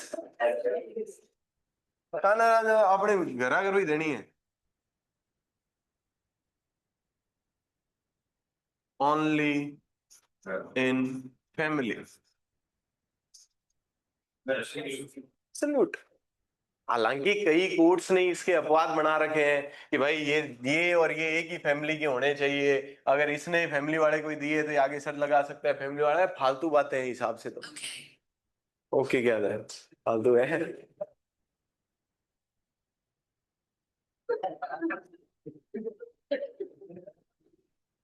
चलो कोई तो सुने हैं।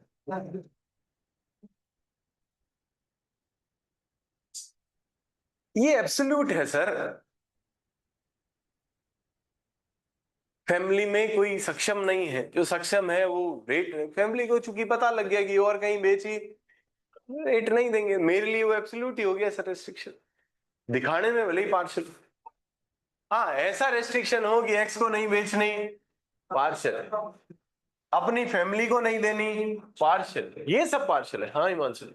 मोड ऑफ ट्रांसफर में भी रिस्ट्रिक्शन लगाया था पहले भी, जैसे सेल। हाँ हाँ हाँ हाँ हाँ, कोई दिक्कत नहीं। गिफ्ट में नहीं देना, गाना राम जी को दे तो दी मैंने, और क्या बोल दिया, गिफ्ट नहीं देनी, इट इज पार्शियल रेस्ट्रिक्शन और इट इज अलाउड। देऊं दो, रात दिन मेहनत कर दी, कमाउड़ी है, आगे घड़े दारू ढोलो पीर के कोई ने क्या हाल है, ऐश करना मना किया, इट इज। ये फिर मैं कह रहा हूं आपका लॉजिक है, आप उस चीज को एडामेंट मत होइएगा, सोचो मन से, लॉ बनाने वालों के माइंड तक पहुंच जाओ, 2 मिनट लगेंगे। ये मैंने जो एग्जांपल दिया, ये कोई मैंने सोचा थोड़ी, इन्होंने हाथों हाथ क्वेश्चन पूछा, हाथों हाथ एग्जांपल दिया, पर है क्या चीज, आप क्या ये सोच पा रहे हैं कि वास्तव में मना क्यों किया होगा? दोनों पक्षों की सोचो, क्या उसके लिए पूरा ही क्या क्या बर्बाद हो जाएंगे गाना जी, प्रॉपर्टी आगे कुछ कर ही नहीं पाएंगे? नहीं, सब कर सकते हैं, सेल कर सकते हैं, कम पैसे में कर दो, गिफ्ट ही देनी थी आपको, एक्सचेंज कर सकते हो, सब कर सकते हो आप, क्या मना किया, केवल गिफ्ट ही तो मना किया। अरे अगले की इच्छा थी यार, अगले ने कमाई है, भाई मैंने मेहनत से कमाई, पार्शियल रिस्ट्रिक्शन लगा सकते हैं। क्लियर क्लियर, एक्स को नहीं देनी लगा सकते हैं, जी हाँ, एक्स की पूरी फैमिली को नहीं देनी लगा सकते हैं, बीकानेर में कोई ने कौन देनी लगा सकते हैं, ये सब पार्शियल है। गिफ्ट नहीं करनी लगा सकते हैं क्या, जी हाँ लगा सकते हैं। क्लियर, पार्शियल रेस्ट्रिक्शन लगाई जा सकती है, सिवाय मना क्या है, केवल एब्सोल्यूट कई रेस्ट्रिक्शन आपको देखने में पार्शियल लगेगी, पर आपको वहां थोड़ा सा अपना दिमाग लगाना है। हालांकि बैरक लिखते वक्त उन लोगों ने ये नहीं सोचा कि कुछ शर्तें ऐसी भी हो सकती है जो दिखने में पार्शियल लगे और वो एब्सोल्यूट, जो मैंने अभी एग्जांपल दिए एक दो, पर अब धीरे धीरे इंटरप्रिटेशन इसका ये आ चुका है कि भाई दिखने में लग सकता है कि हाँ भाई आप बेच तो सकते हो, पर 90% इनकम हमारे घर का दिया, ये दिखने में पार्शियल है, पर ये पार्शियल नहीं है, एब्सोल्यूट ही अगला बेचेगा, क्यों, पागल थोड़ी हो।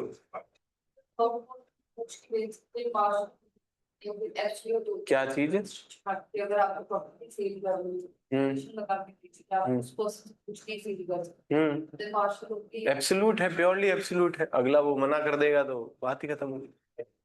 एक आदमी पे डिपेंड हो गई ना चीज, उसकी थॉट पे डिपेंड होगी, तो वो तो गया, अरे वो भगवान कंसल जन और गए। ठीक है, और ये सब आ जाएंगे धीरे धीरे धीरे धीरे धीरे धीरे सब। धारा 10 क्या बोली सर, पढ़ता हूं एक बार, है ना, हिंदी में पढ़ रहा हूं। जहां की संपत्ति ऐसी शर्त या मर्यादा के अध्ययन अंतरित की जाती है जो अंतरिती या उसके अधीन दावा करने वाले व्यक्ति को, अंतरिती खुद जिसको ट्रांसफर किए या उसके मर जाने की दशा में उसकी तरफ से जो है, संपत्ति में अपने हित को अलग करने या वैनित करने से आत्यांतिक अवरुद्ध करती, पूर्ण तरीके से रोक देती है, आत्यांतिक रोक देता है, वर्ड को गौर करना है, आत्यांतिक अवरुद्ध करती, वहां ऐसी शर्त या मर्यादा सुन ले, सिवाय, अब इसके क्या है सर, धारा 10 के 2 अपवाद, धारा 10 के क्या है, 2 अपवाद, एक्सेप्शंस। पहला लीज, क्या रोक सकते हैं क्या, लेसी को बोल सकते हैं आगे कोई सेल करनी, ना मोर्टगेज करनी, ना लीज देनी, ना एक्सचेंज करनी, ना गिफ्ट करनी, बोल सकते हैं? अरे तो वो तो है ही किराएदार है, बोल सकते नहीं, बोलते ही हैं। लगभग में यही एग्रीमेंट होता है कि आगे कुछ नहीं करना है आपको, खुद को रहना है तो रहो, नहीं तो खाली करो। ये ट्रांसफर वैलिड है, ये शर्त भी वैलिड, लीज में ऐसा, बाकी सेल में नहीं, एक्सचेंज में नहीं, गिफ्ट में नहीं, मॉर्टगेज में भी नहीं, मॉर्टगेज में भी अपना ही तो आगे दे ही सकता है वो, एज ए मोर्टगेजी संपत्ति बेच तो नहीं सकता, पर जैसे जितना उसका हक है कि जे मोर्टगेजी उतना दे। लीज में मना कर सकते हैं कि जितना आपका हक है उतना भी। मैंने मकान किराए पे आकी बाई को दिया है तो आकी बाई ही रहेंगे, मैं ये शर्त लगा सकता हूँ। ये आगे सब टेनेंसी पे नहीं दे सकते, ये शर्त लगाई जा सकती है। एब्सोल्युटली रिस्ट्रेन कर रहा हूं, पर ये शर्त वैलिड है, मना नहीं। पढ़ूं? सिवाय ऐसे पट्टे की दशा के जिसमें कि वह शर्त पट्टा करता या उसके अधीन दावेदारों के फायदे के लिए हो। क्लियर? मेरे फायदे के लिए मैं कोई भी शर्त लगा सकता हूं, भले ही वो आपको एब्सोल्युटली रिस्ट्रेन करे। मैंने 5,000 में दिया, आगे 10,000 में दे, मेरा घाटा हो रहा है ना, मैं सीधा 10 में दे दूंगा।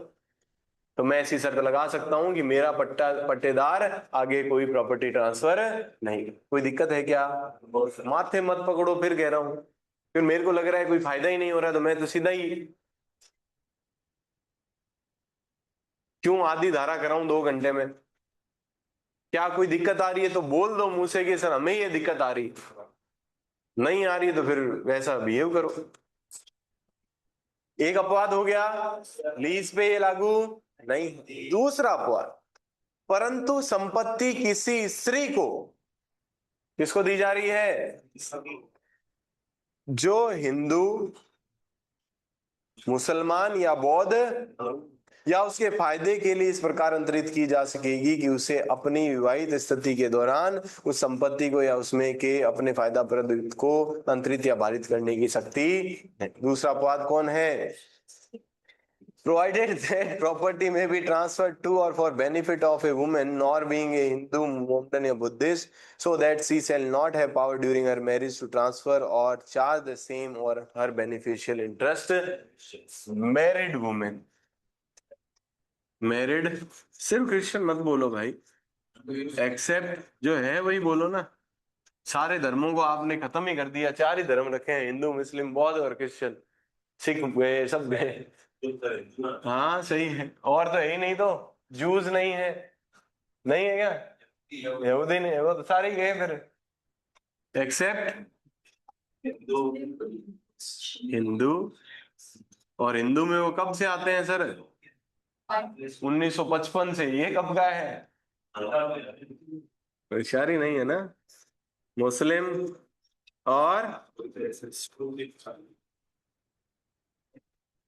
इस बारे में किताबों द्वारा और टीचर्स द्वारा ये कहा जाता है कि इसका कोई लॉजिक नहीं है, और जो लॉजिक बताते हैं वो ये बताते हैं कि इन सब पे पर्सनल लॉ लगता था। पर आप बात समझेंगे तो पर्सनल लॉ तो लगना हटा ही दिया ना हमने टीपी द्वारा।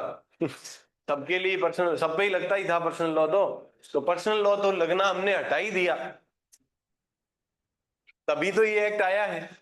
तो अगर कोई ये कह रहा है कि इन पे पर्सनल लॉ लगता है, तो ये लॉजिक मुझे तो उतरता नहीं है। जबरदस्ती बोले उतार लो कि भाई इन तीनों पे पर्सनल लॉ लगता है। और अंग्रेजों के लिए कानून बना था क्या टीपी? तो हमारे लिए तो बना था, हम पर्सनल लॉ से चल रहे थे, तो ये लॉजिक भी बैठता नहीं। मुझे समझ आता है तो थोड़ा अटपटा लग सकता है, बाकी आप कहो तो समझा सकता हूँ और आप कहो तो छोड़ भी सकते हैं, कोई रट लो। मुझे ऐसा लगता है आपने लुगायन कंट्रोल करने वो प्रावधान करे अंग्रेजा में। अब हंसो भले ही आप। मैरिड वुमेन वो भी कौन सी है? केवल अंग्रेजों की। बाकी तो यहाँ हिंदू मुस्लिम उधर यही रहते थे। लुगाया की बांगाली, उन्होंने कहा हम इनको प्रॉपर्टी तो देंगे राजी करने के लिए, पर ये आगे ट्रांसफर नहीं कर पाई। अब चूंकि मैंने पहले ये कह दिया कि मेरा मन कह रहा है इसलिए आप हंस रहे हो, नहीं तो यही लॉजिक मानना भी पड़ता, पर ये है सही। उन्होंने क्या किया कि आप प्रॉपर्टी ट्रांसफर कर सकते हो, सभी लोग कर सकते हैं, पर उसमें शर्त नहीं होगी, आगे नहीं जा सकती। पर उन्होंने कहा अगर मैंने मेरी लुगाई को दी है प्रॉपर्टी, गिफ्ट पे दी है, तो मैं शर्त लगा सकता हूं कि आगे बेचेगी नहीं, मोर्टगेज नहीं करेगी, लीज नहीं करेगी। मैं उसको एब्सोल्युटली क्या कर सकता हूं? रिस्ट्रेन कर सकता। अगर उसने ऐसा ट्राई किया अपने सिस्टर को और अपने भाई को, और के बेरोजगार है हमारे भाई डोबिन दे दूं, हाथों हाथ प्रॉपर्टी रिवर्ट बैक टू और ये काम सिर्फ उन्होंने अपने लिए किया। ये लिख सकते थे अपने बारे में कि इनकी महिलाएं पर रहे हैं, उससे पकड़े जाते, तो इन्होंने क्या लिखा, वुमेन, मैरिड वुमेन, और सिर्फ मैरिड वुमेन की बात है ये, और ध्यान रखो आप, दूसरी नहीं है। क्यों? महिलाएं दूसरी नहीं होती क्या?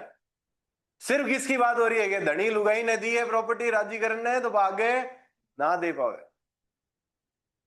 और इन्होंने उल्टा लिखा, एक्सेप्ट हिंदू मुस्लिम और बुद्धिस्ट, ताकि कोई दिमाग ही नहीं लगाए कि हाँ ठीक है कोई लॉजिक नहीं है कि आगे बढ़ जाए, ताकि इसलिए किताबें भी ऐसे ही आगे बढ़ रही है और बाकी लोग भी ऐसे ही आगे बढ़ रहे हैं। अपना काम है अंदर चीजें सोचते रहना। ठीक है, फिलहाल तक तो यही समझ आता, बाकी आपको कुछ और समझ आए तो वेल।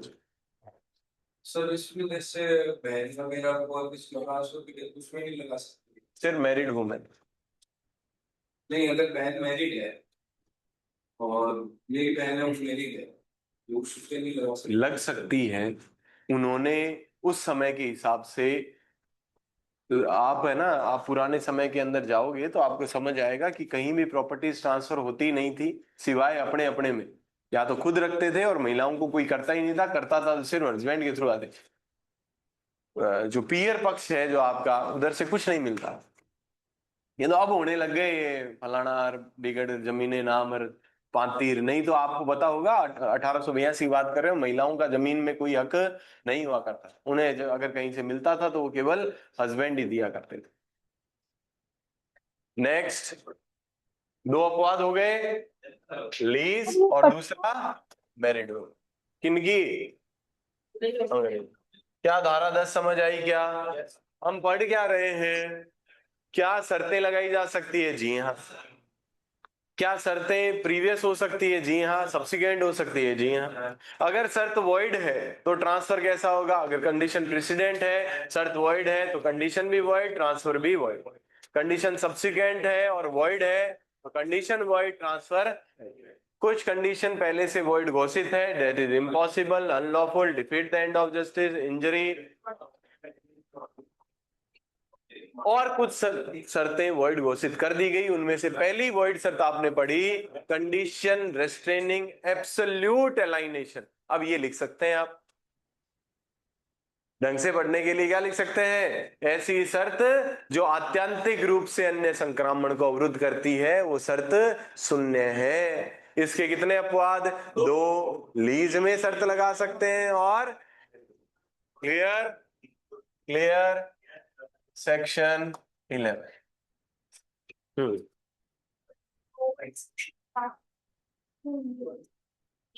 सर हम्म एक्सक्यूज मी सर, इसमें ड्यूरिंग हर मैरिज लिखा है, तो वो हम्म। मैरिज के बाद ट्रांसफर कर सकती है? वहां उस वक्त मैडम, जब ये ड्यूरिंग हर मैरिज, इस कंसेप्ट से नहीं लिखा कि उसके विवाह के दौरान, इस कंसेप्ट से लिखा है कि वो महिला विवाहित है, इस सोच से लिखा हुआ है ये। बाकी अगर उस आप जिस लहजे से पढ़ रहे हैं उससे बात करें तो उस समय ये प्रॉपर्टीज दी ही इतने समय के लिए ही जाती थी, जब तक आप हो शादी के अंदर तब तक है, वरना वो देते ही नहीं थे। वो इसी शर्त पे ही थी कि हाँ भाई साहब आप आगे दोगे नहीं, आप एंजॉय करते रहो और तब वापस दे देना, अगर आप कहीं और देने का प्रयास करोगे तो वापस मेरे पास आ जाएगी। Okay sir. सेक्शन 11 क्या है sir? Restriction repugnant to interest created, स्रष्ट हित के विरुद्ध निबंध।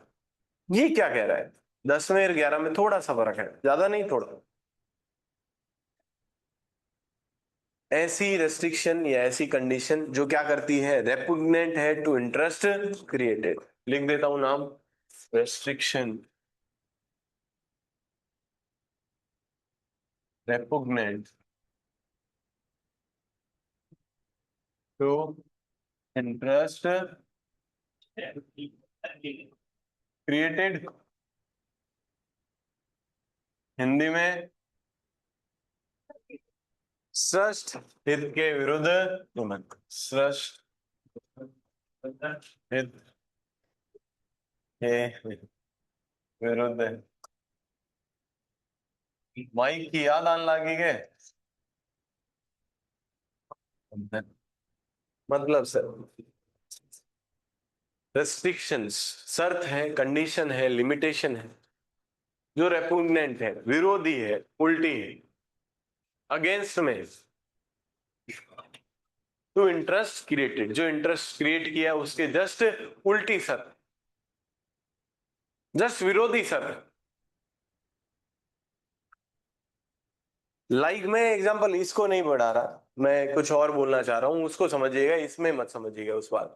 मैंने आपको ऑनलाइन रिकॉर्डेड क्लास दी और बोला कि देखनी नहीं है।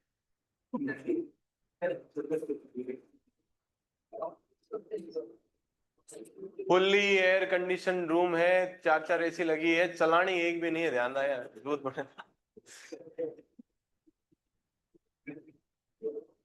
समझ आया? समझ आया? सारे बच्चे जब हम घूमने जाएं, मान लो कोई विजिट पे जा रहे हैं, कोर्ट विजिट जा रहे हैं, तो अपनी अपनी कैजुअल ड्रेस साथ में पहन के कौन सी आनी है, एडवोकेट ड्रेस, कैजुअल ड्रेस साथ में ला सकते। और फिर बोलूं पर पहननी वही है जो पहनी हुई है। मतलब है क्या बात? वही मतलब ये इंटरेस्ट कंडीशन या restriction, restriction repugnant to interest created, जो इंटरेस्ट आपको दिया है उससे जस्ट अपोजिट क्या है, शर्त। तो इंटरेस्ट दिया नहीं दिया बराबर हो गया, फिर दिए ही क्यों था, तो यानी शर्त फर्जी है। तो इन्होंने कहा ऐसी शर्त जो जो इंटरेस्ट क्रिएट किया उसके विरुद्ध हो, ऐसी शर्त शून्य होगी। हम यही तो पढ़ रहे हैं 10, 11, 12, 17 में, शर्त शून्य, ट्रांसफर। तो अभी तो मैंने नाम समझाया, अंदर कुछ नहीं बताया। अभी तो मैंने नाम, अंदर की कोई बात मैंने एक्सप्लेन नहीं की अभी तक आपको। मैं सिर्फ नाम से इसका यथार्थ समझाना चाह रहा हूं, अंदर शायद मैच ना खाए। नाम क्या बोला है, रेस्ट्रिक्शन। ऐसा कोई आप पे निर्बंधन है, ऐसी कोई रोक है, ऐसी कोई शर्त है, ऐसी कोई लिमिटेशन है जो रेपुग्नेंट है, उल्टी है, अगेंस्ट में है, किसके, जो आप में हित सृजित किया है उसके। क्लियर? आप क्लास ले सकते हैं, आ सकते हैं क्लास में, पर 12 बजे के बाद। क्लास ज्वाइन करवा ली मैंने आपको, पढ़ाना कब है? कोई सेंस है क्या इस बात का? नहीं है सर। सर आप सेंसलेस ही बात करते हो, आ जाओ सेंस वाली देख लो। 11, जहां की संपत्ति के अंतरण पर उस संपत्ति में किसी व्यक्ति के पक्ष में हित आत्यांतिक सृष्ट किया जाता है। सर ये नाम तो हमने पहले भी पढ़ा था। वहां शर्त आत्यांतिक रोकने वाली थी, यहां हित आत्यांतिक है। दोनों में रात दिन का अंतर है। धारा 10 मॉर्गेज पे भी लागू है कि नहीं? धारा 10 उपरा उपरी लीज पे भी लागू है, तभी तो अपवाद में लिखना पड़ा। तो यानी धारा 10 के अंदर जो ट्रांसफर हो रहा है वो एब्सोल्यूट नहीं हो रहा था। हो रहा था क्या?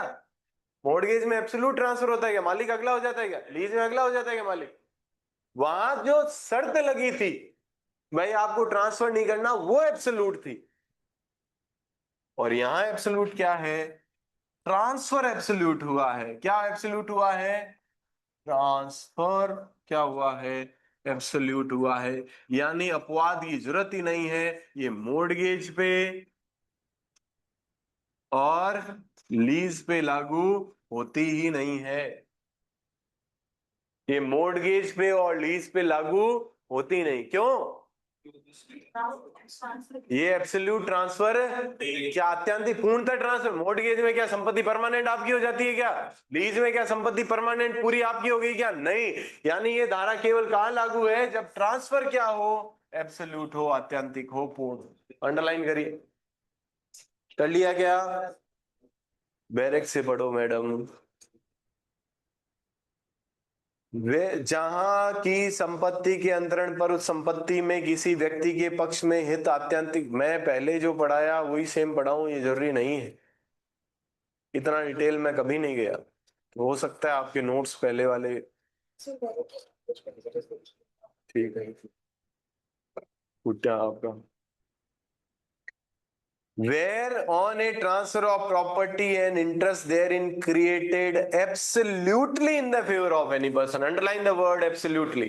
हिंदी में आते हैं, यानी मैंने आपको कोई संपत्ति दी है और संपत्ति में हक पूर्णतः आपको दे दिया है, मेरा कुछ नहीं है उसमें।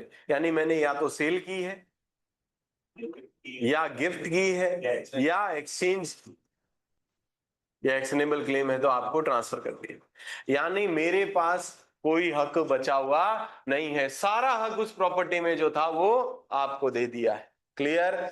आगे आइए, ये वर्ड जरूरी है। अगर एब्सोल्यूटली ट्रांसफर नहीं है तो धारा 11 लगेगी नहीं, लीज पे धारा 11 लगती नहीं है, मोर्टगेज पे धारा 11 लगती नहीं। But the terms of the transfer, property तो पूर्णतः आपको ट्रांसफर कर दी है, एब्सोल्युटली कर दी है, but the terms of the transfer direct such interest shall be applied और enjoyed by him in particular. Property सारी आपको दे दी, इंटरेस्ट सारा आपको दे दिया, प्रॉपर्टी सब कुछ आप हो गए, मालिक आप हो गए, पर मैंने बोल दिया इसका यूज ऐसे करना है, केवल जैसा मैं कहूंगा। पूर्णतः आपको दे दी तो अब उसका क्या करना है क्या नहीं करना है किसका डिसीजन होगा? आपका ही होगा। क्या मैं बता सकता हूं इसे कैसे यूज करना है? बिल्कुल भी नहीं। यही ये बोल रहा है, पुराने जमाने में ऐसी शर्त लगाते थे लोग, देऊं तो हूं बड़ा, देने से पहले लगा लो।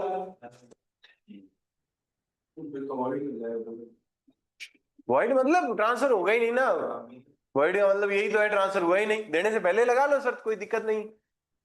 देने के बाद ऐसी शर्त का कोई अर्थ। अपने यहाँ पर एक व्यक्ति है, रिकॉर्डिंग में कुछ ज्यादा तो नहीं, एक सज्जन व्यक्ति है जिनका एक कर्नल लेवलोन नाम से, शिवाड़ी से आप नीचे की तरफ जाते हो, HOA नाम सुना होगा, कुछ तो सुना होगा। उसके जस्ट आगे उन्होंने, उनकी थोड़ी जमीन थी, फ्लरिस, उनकी जमीन के बाद फ्लरिस है, फ्लरिस के बाद उनकी जमीन थी, उन्होंने कॉलोनी काटा। और उनकी ये शर्त है कि जो फ्लरिस में एडमिशन लेके आएगा बच्चे का, यानी बच्चा जिनका फ्लरिस में पढ़ता है, उन्हीं को मैं मकान बेचूंगा। थारी इच्छा है भाई।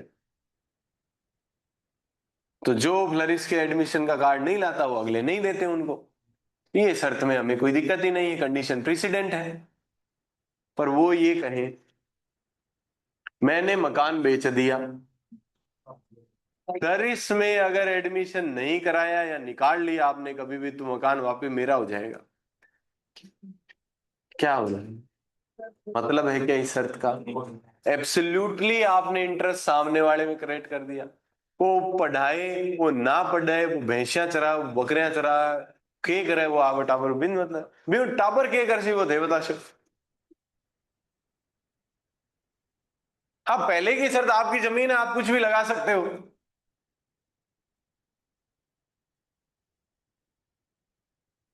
भाई कोई माथे पे सींग लगा के ऐसे करता करता है, उसी को प्लॉट दूंगा, आप बोलो उसी को मिलेगा जो ऐसे करता आएगा। कंडीशन प्रेसिडेंट आप लगाओ, कौन मना कर रहा है? पर कंडीशन सब्सिक्वेंट देने के बाद आपने एब्सोल्युटली सामने वाले को विद ट्रांसफर कर दिया, अब कहते हो आपको ये करना पड़े वो करना नहीं।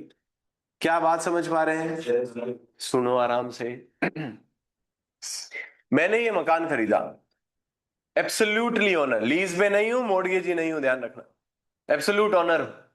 अब मकान वाली कह गया साहब मकान तो देवा, बारह अमरूद को पेड़ कभी काटा ना, हमारे पिताजी के लगाए डोरे, काटते ही प्रॉपर्टी मेरी हो जाएगी। क्या हो जाएगी? क्या क्या हो जाएगी? क्या नहीं होगी सर। घर पे जब भी पेंट कराओगे हरा कराओगे तो मोमडन बेची मन, तोता कलर होना चाहिए हर बार। मैं हरा कराऊं, धोड़ा कराऊं, नहीं कराऊं, काला कराऊं, मैं तो हमारी इच्छा है यार। नहीं समझ रहे क्या मेरी बात? पर ये कब है? केवल जब प्रॉपर्टी एब्सोल्युटली ट्रांसफर हो जाए किसी अन्य व्यक्ति में। इसके बहुत सारे अपवाद हैं, आगे भी बढ़ोगे।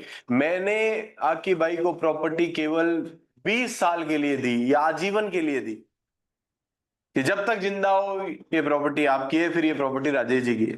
क्या ऐसा दे सकता हूं? आगे बढ़ेंगे, हाँ दे सकते हैं। क्या आपकी बाई पे शर्तें लगा सकता हूँ क्या कि यहाँ अमरूद का पेड़ है, कटना नहीं चाहिए, नहीं तो प्रॉपर्टी हाथों हाथ मेरे पास आ जाएगी? क्या लगा सकता हूँ? जी हाँ, एब्सोल्युटली इनमें प्रॉपर्टी ट्रांसफर है।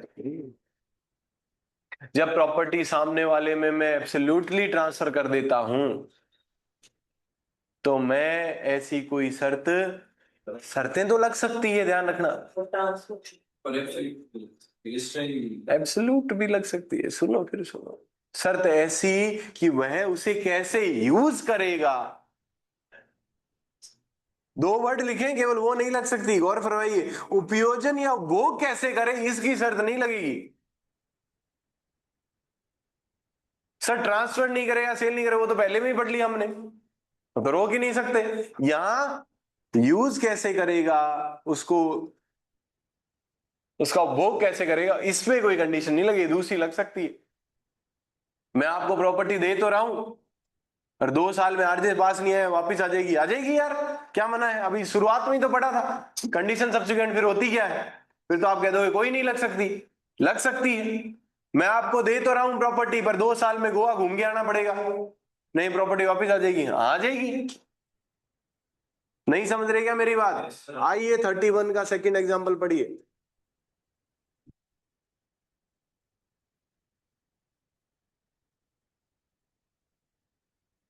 Section 31 example number B.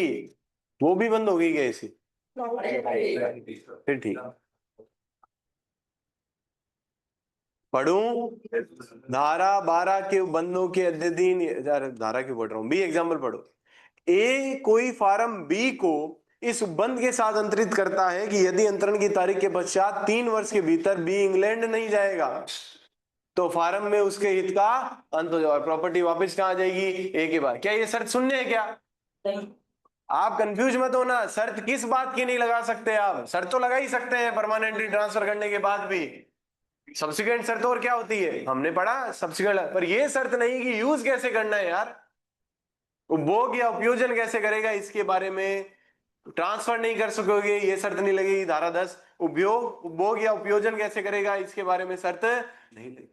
ये शर्त लगा दे कि भाई मैं आपको प्रॉपर्टी तो ट्रांसफर कर रहा हूं, पर इसके अंदर सिर्फ आम की खेती करोगे आप, ये आम का पेड़ काटोगे नहीं, बढ़िया छत बनाओगे तो ऐसे बनाओगे, चारों तरफ 5-5 फुट गैप छोड़ना पड़ेगा, नहीं लगा सकते। सुन पा रहे हो, किसी भी प्रकार से उसके उपभोग रेंट पे नहीं दोगे, बेच तो रहा हूं आपको, लगा सकते हैं,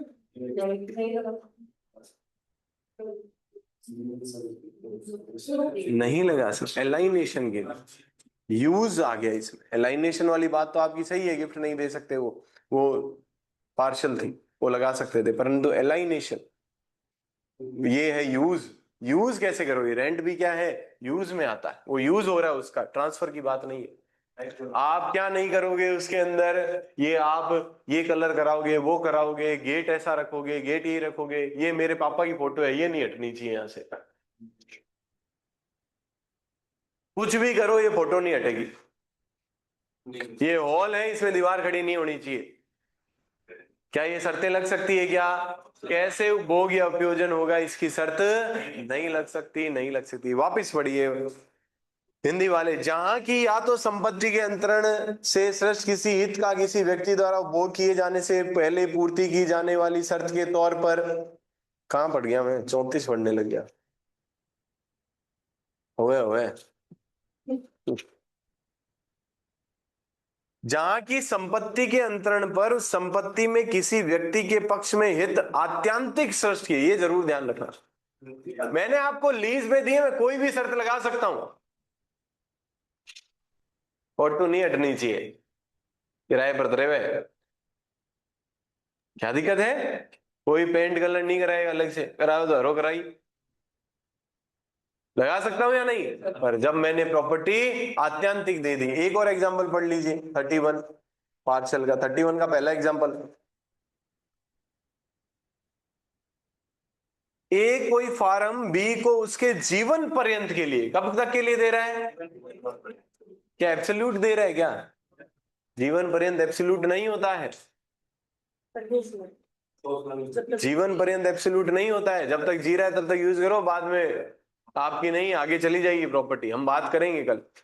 जीवन पर्यंत के लिए सुबंध के साथ अंतरित करता है। यदि बी अमुक जंगल को काटा, उस फार्म में जंगल है, उसको काटा तो अंतरण के प्रभाव का, ये शर्त सुनने है क्या, वैलिड है। क्यों वैलिड है? क्योंकि अंतरण एब्सोल्यूट नहीं था, ऐसी शर्त लगाई, बी जंगल काट देता है, वह फार्म में अपना आजीवन हित खो देगा। पर यही उसको परमानेंटली बेच दी और फिर बोला कि ये मैं पेड़ पौधा ये ना काटी तो कौन वेरे नहीं काटी वाले कैसे उपभोग या क्योंकि जमीन का मेन मकसद ही क्या है? उपभोग उपयोग करना। प्रॉपर्टी का मेन मकसद ही क्या होता है? उसको यूज। प्रॉपर्टी का मेन इंग्रेडिएंट ही क्या है? प्रॉपर्टी क्या काम आती है? यूज के ही काम आती है। वो ही आप रेस्ट्रिक्ट कर दोगे तो ये क्या हो गया? जो हेडिंग हमने जो पढ़ी थी, हेडिंग तो फ्री होगी, restriction repugnant to interest created. Property आपको देने का उद्देश्य ही ये है कि आप उसका यूज कर सके। यूज एक सबसे बेसिक नेचर है। बेचना, गिफ्ट करना, एलाइनेशन करना ये प्रॉपर्टी का बेसिक नेचर नहीं है। बेसिक नेचर प्रॉपर्टी का क्या है? यूज करना। ऐसी कोई शर्त जो उसके यूज को ही रोक रही है वो उसके इंटरेस्ट जो क्रिएट हुआ उसके जस्ट अगर ऐसी शर्त क्या होगी? जहां की संपत्ति अंतरण पर उस संपत्ति में किसी व्यक्ति के पक्ष में हित अत्यंतिक स्पष्ट किया जाता है किंतु अंतरण के निबंधन निर्देश करते हो कि वह ऐसे हित का किसी विशिष्ट रीति से उपयोजन या उपभोग करे, वहां ऐसे हित को ऐसे प्राप्त या विनित करने का हकदार होगा मानो ऐसी कोई कंडीशन या ऐसा कोई निर्देश, यानी कंडीशन वॉइड ट्रांसफर वैलिड। यही तो पढ़ते आ रहे हैं हम। सब्सिक्वेंट कंडीशन अगर वॉइड हो तो कंडीशन वॉइड ट्रांसफर इंग्लिश में। Where on a transfer of property and interest therein is created absolutely in the favor of any person, but the terms of the transfer direct that such interest shall be applied or enjoyed by him in any particular manner, he shall entitled to receive and dispose of such interest as if there was no such देऊं तो यूं property पर रहनो पड़ेलो family पूरी अकेला रहे family रहे देऊं तो हूं property पर गार्डन में रोज पानी डालना पड़ेगा। एक बाहर गायों के लिए तेरे को पानी वाला रखना पड़ेगा, एक डॉग हाउस बनाना पड़ेगा अंदर। कुछ नहीं सर, वो कैसे उसका यूज करे वो उसकी मर्जी है क्योंकि प्रॉपर्टी आपने उसको एब्सोल्युटली क्लियर। कोई दिक्कत है क्या? पक्का? अपवाद कंक्लूड कीजिए जैसे मतलब मुझे एग्जांपल लगता है तो जब मैं किसी को फोन या एयरपोर्ट दे रही हूँ मुझे पता है कि सामने वाला है ना किसी और को गिफ्ट कर देगा तो मैं उसको ऐसा कह नहीं सकती कि है ना मैं दे तो रही हूँ क्यों बोले तो कंडीशन वॉइड ट्रांसफर वैलिड है क्यों नहीं सब दिया है किसी को? तो पर्सनल एग्जांपल है मैडम, ये दुख भी पर्सनल है। आग लो चेप दियो लागे और घटेगी।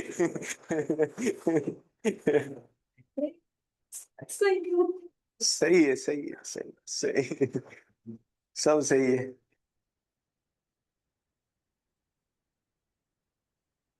गलती हो गई, 1882 में था, 150 साल पहले किया था। अब करते तो आपसे सुनते, आपकी बातें सुनते और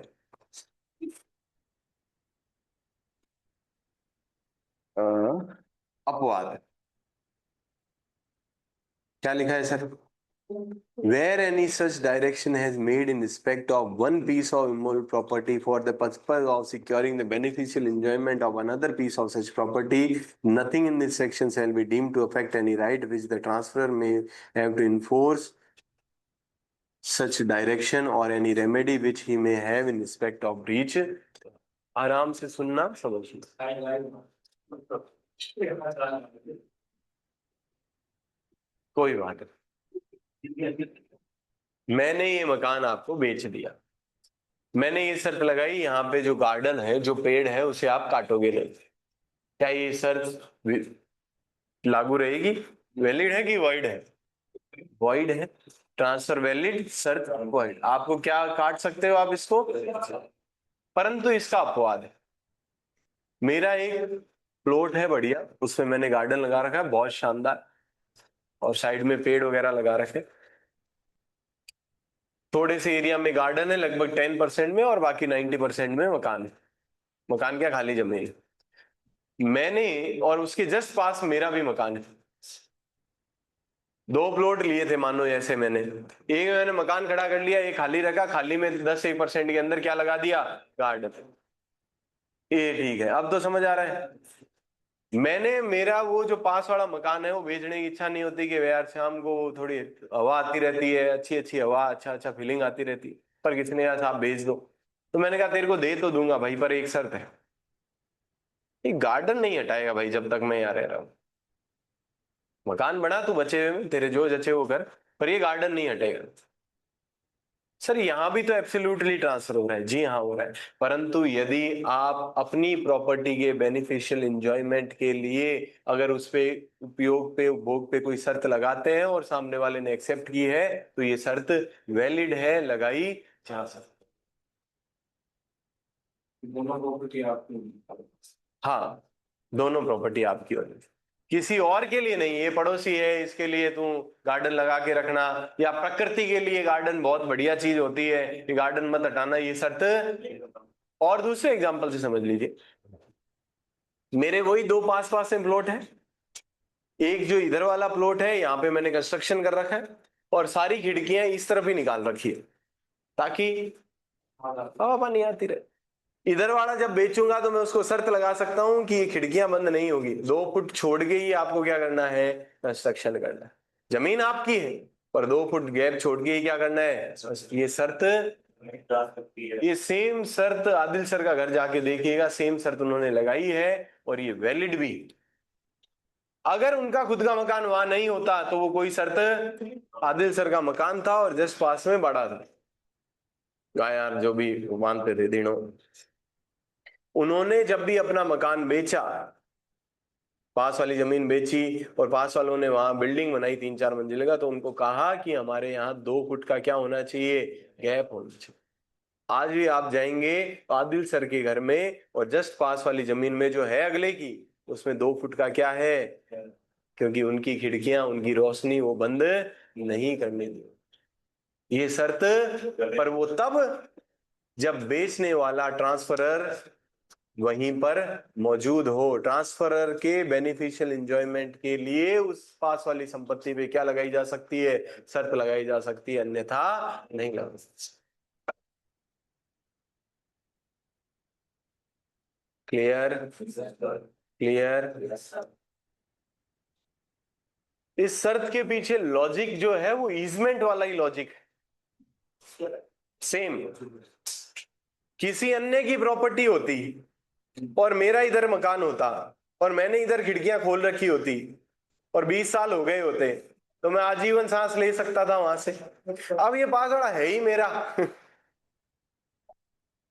तो किस पे ईजमेंट लगाऊं, तो भी उस प्रॉपर्टी पे ईजमेंट की तरह, ईजमेंट खुद तो नहीं लग रहा पर सेम प्रावधान इन्होंने कर दिए कि आप अपनी प्रॉपर्टी के फायदा प्रद उपभोग के लिए जो प्रॉपर्टी आगे भले ही परमानेंटली बेच रहा हूं, मैं शर्त लगा सकता हूं, खिड़कियां बंद नहीं करेगा, 2 फुट दूर बनाएगा, गार्डन नहीं हटाएगा, पेड़ नहीं हटाएगा, ये सारी शर्तें लगाई जा सकती। क्लियर। अन्यथा वो व्यक्ति अपनी प्रॉपर्टी पे क्या करता है, आप कोई नहीं हो। शर्त समझ आई क्या, अपवाद हिंदी वाले, जहां की ऐसा कोई निर्देश स्थावर संपत्ति के टुकड़े के बारे में हो, पूरी नहीं दी है, क्या दिया है, ला अपना आधा भाग उधर का, उस संपत्ति के दूसरे टुकड़े के फायदा प्रद उपभोग को सुनिश्चित करने के प्रयोजन से किया गया हो। क्या आप समझ आ रही है बातें। वहां इस धारा की कोई बात ऐसे किसी अधिकार जो अंतरंग ऐसे निर्देश का परिवर्तन करने के लिए रखता है या ऐसे कोई उपचार पर जो उसके भंग के बारे में रखता है प्रभाव डालने वाली, अगर उसने शर्त लगाई अगर तूने यहाँ मकान बना दिया 5 लाख रुपए लूंगा तो ले सकता है, यदि तूने यहाँ मेरी खिड़कियां बंद कर दी तो जमीन वापिस मेरे पास आ जाएगी तो वापिस आ सकती है, सब कुछ हो सके, वो सारी शर्तें वैलिड है और वो शर्तें इन्फोर्स करवाई जा सकती। क्लियर। 10 के 2 अपवाद, लीज और मैरिड वुमेन। 11 का अपवाद, लीज मॉर्गेज पे तो लागू ही नहीं है, अपवाद की जरूरत ही नहीं है क्योंकि केवल एब्सोल्यूट ट्रांसफर पे ही लागू। लास्ट 12 इसी का एक्सप्लेनेशन मानो आप, 11 सॉरी 10 का एक्सप्लेनेशन मानो। कंडीशन मेकिंग इंटरेस्ट डिट 10-11 दोनों का मिक्सचर सही है जी। Condition making interest determinable on insolvency और अटेम्प्टेड एलाइनेशन, ये पहले शर्तें रखी जाती थी। मैंने आपको प्रॉपर्टी दे दी और बोला अगर तू दिवालिया हो गया तो प्रॉपर्टी वापस मेरे पास आ जाएगी, क्या हो गया, या तूने कहीं बेचने का ट्राई किया तो प्रॉपर्टी वापस मेरे पास आ जाएगी। ये शर्तों को समय के साथ अनुचित माना गया। मैं आके भाई से लगाव है, मैंने इनको प्रॉपर्टी गिफ्ट कर दी, पर इनके लक्षण ऐसे थे कि ये हो गए दिवालिया। दिवालिया होने पे क्या होता है, इनकी एसेट्स सारी काउंट होती है और लाइबिलिटी चुकाई जाती। मेरी प्रॉपर्टी बेच के क्या की जाएगी, इनकी लाइबिलिटी चुकाई। मेरे को ये पसंद नहीं है, तो पुराने जमाने के लोग ये शर्त लगाते थे कि मैं तन देऊं तो हूं गिफ्ट, और अगर दिवालिया हो गया तो ये क्रेडिटर्स के पास नहीं जाएगी, वापस लेगी। पर इससे एक समस्या क्रिएट हो गई, क्रेडिटर्स ने आकिब भाई को लोन दिया ही वो प्रॉपर्टी देख के था, उनके हितों को क्यों मार रहे हो आप? के आकिब भाई यार जमीन आ बड़ी 100 बीघा बावड़ा आप छोरिया दे दे, हाँ जमीन देख रहे हो तो क्रेडिट की बात है। गांव में छोरी क्यों दे जाई देख रहे दे कहीं करे छोरो करे की कौन 200 बीघा जमीन है, लड़की बाप सीधो आई बोले कोई जवाब नहीं हुए तो, और तो के बोले के करे, ये बोले की कोनी है घणो ही काम है वहां तो 400-500 बीघा जमीन ही है काम है, यहाँ गेर बात टाल दे आप जमीन दे तो लोन तो मिल रही है जमीनों। तो अगर देने ट्रांसफरर की ये शर्त कि भाई आप इंसॉल्वेंट हो गए प्रॉपर्टी मेरे पास आ जाएगी, तो क्रेडिटर्स का क्या होगा, तो इसलिए इन शर्तों को, ऐसी शर्तों को क्या मान लिया गया, वॉइड मान। क्लियर, शर्त वॉइड, ट्रांसफर वैलिड, वो वापस नहीं है। पढ़ लो कोई खास नहीं। Where property is transfer subject to a condition और limitation making any interest therein reserved or given to or for the benefit of any person to seize on his becoming insolvent or endeavoring to transfer or dispose of the same। भाई तूने इसको बेचने के प्रयास किए, किसी और को गिफ्ट देने के प्रयास किए, कुछ करने के, तो ये मेरे पास है वापस आ जाएगी, या दिवालिया हो गया तो वापस आ जाएगी। ऐसी सारी शर्तें क्या है, वॉइड। पर इसका अपवाद ऑफ कोर्स लीज, लीज में शर्त लगा सकते हैं। भाई दिवालिया हो गया इसको थोड़ी बेच दोगे। आकिब भाई को मैंने भाड़े पे दिया कुछ, आकिब भाई दिवालिया हो गया तो उसको बेच के थोड़ी प्रॉपर्टी मेरे पास, मेरी प्रॉपर्टी तो आएगी। सिंपल, ठीक है। आज इतना ही करते हैं, कल हम पढ़ेंगे वेरी इंपॉर्टेंट, आज से भी इंपॉर्टेंट धारा 13, 14, काफी महत्वपूर्ण, ठीक है। क्या समझ आया धारा 10, 11, 12? मैं धाराओं में टाइम नहीं लगा, पर हमें इसका लॉजिक समझने में टाइम लगा, क्योंकि कारण ये है कि सिर्फ धारा पढ़ लेते शायद याद तो हो जाती, आपको भी एक बार मन में संतुष्टि हो जाती कि हाँ याद हो गया, और मजे वाली बात नहीं थी। अब आपको बताइए है क्यों, समझ आ रहा है? क्या धारा 12 तक किसी को कोई तकलीफ है क्या? हम चैप्टर 2 में क्या पढ़ रहे हैं आप सबको पता है ना, क्या पढ़ रहे हो?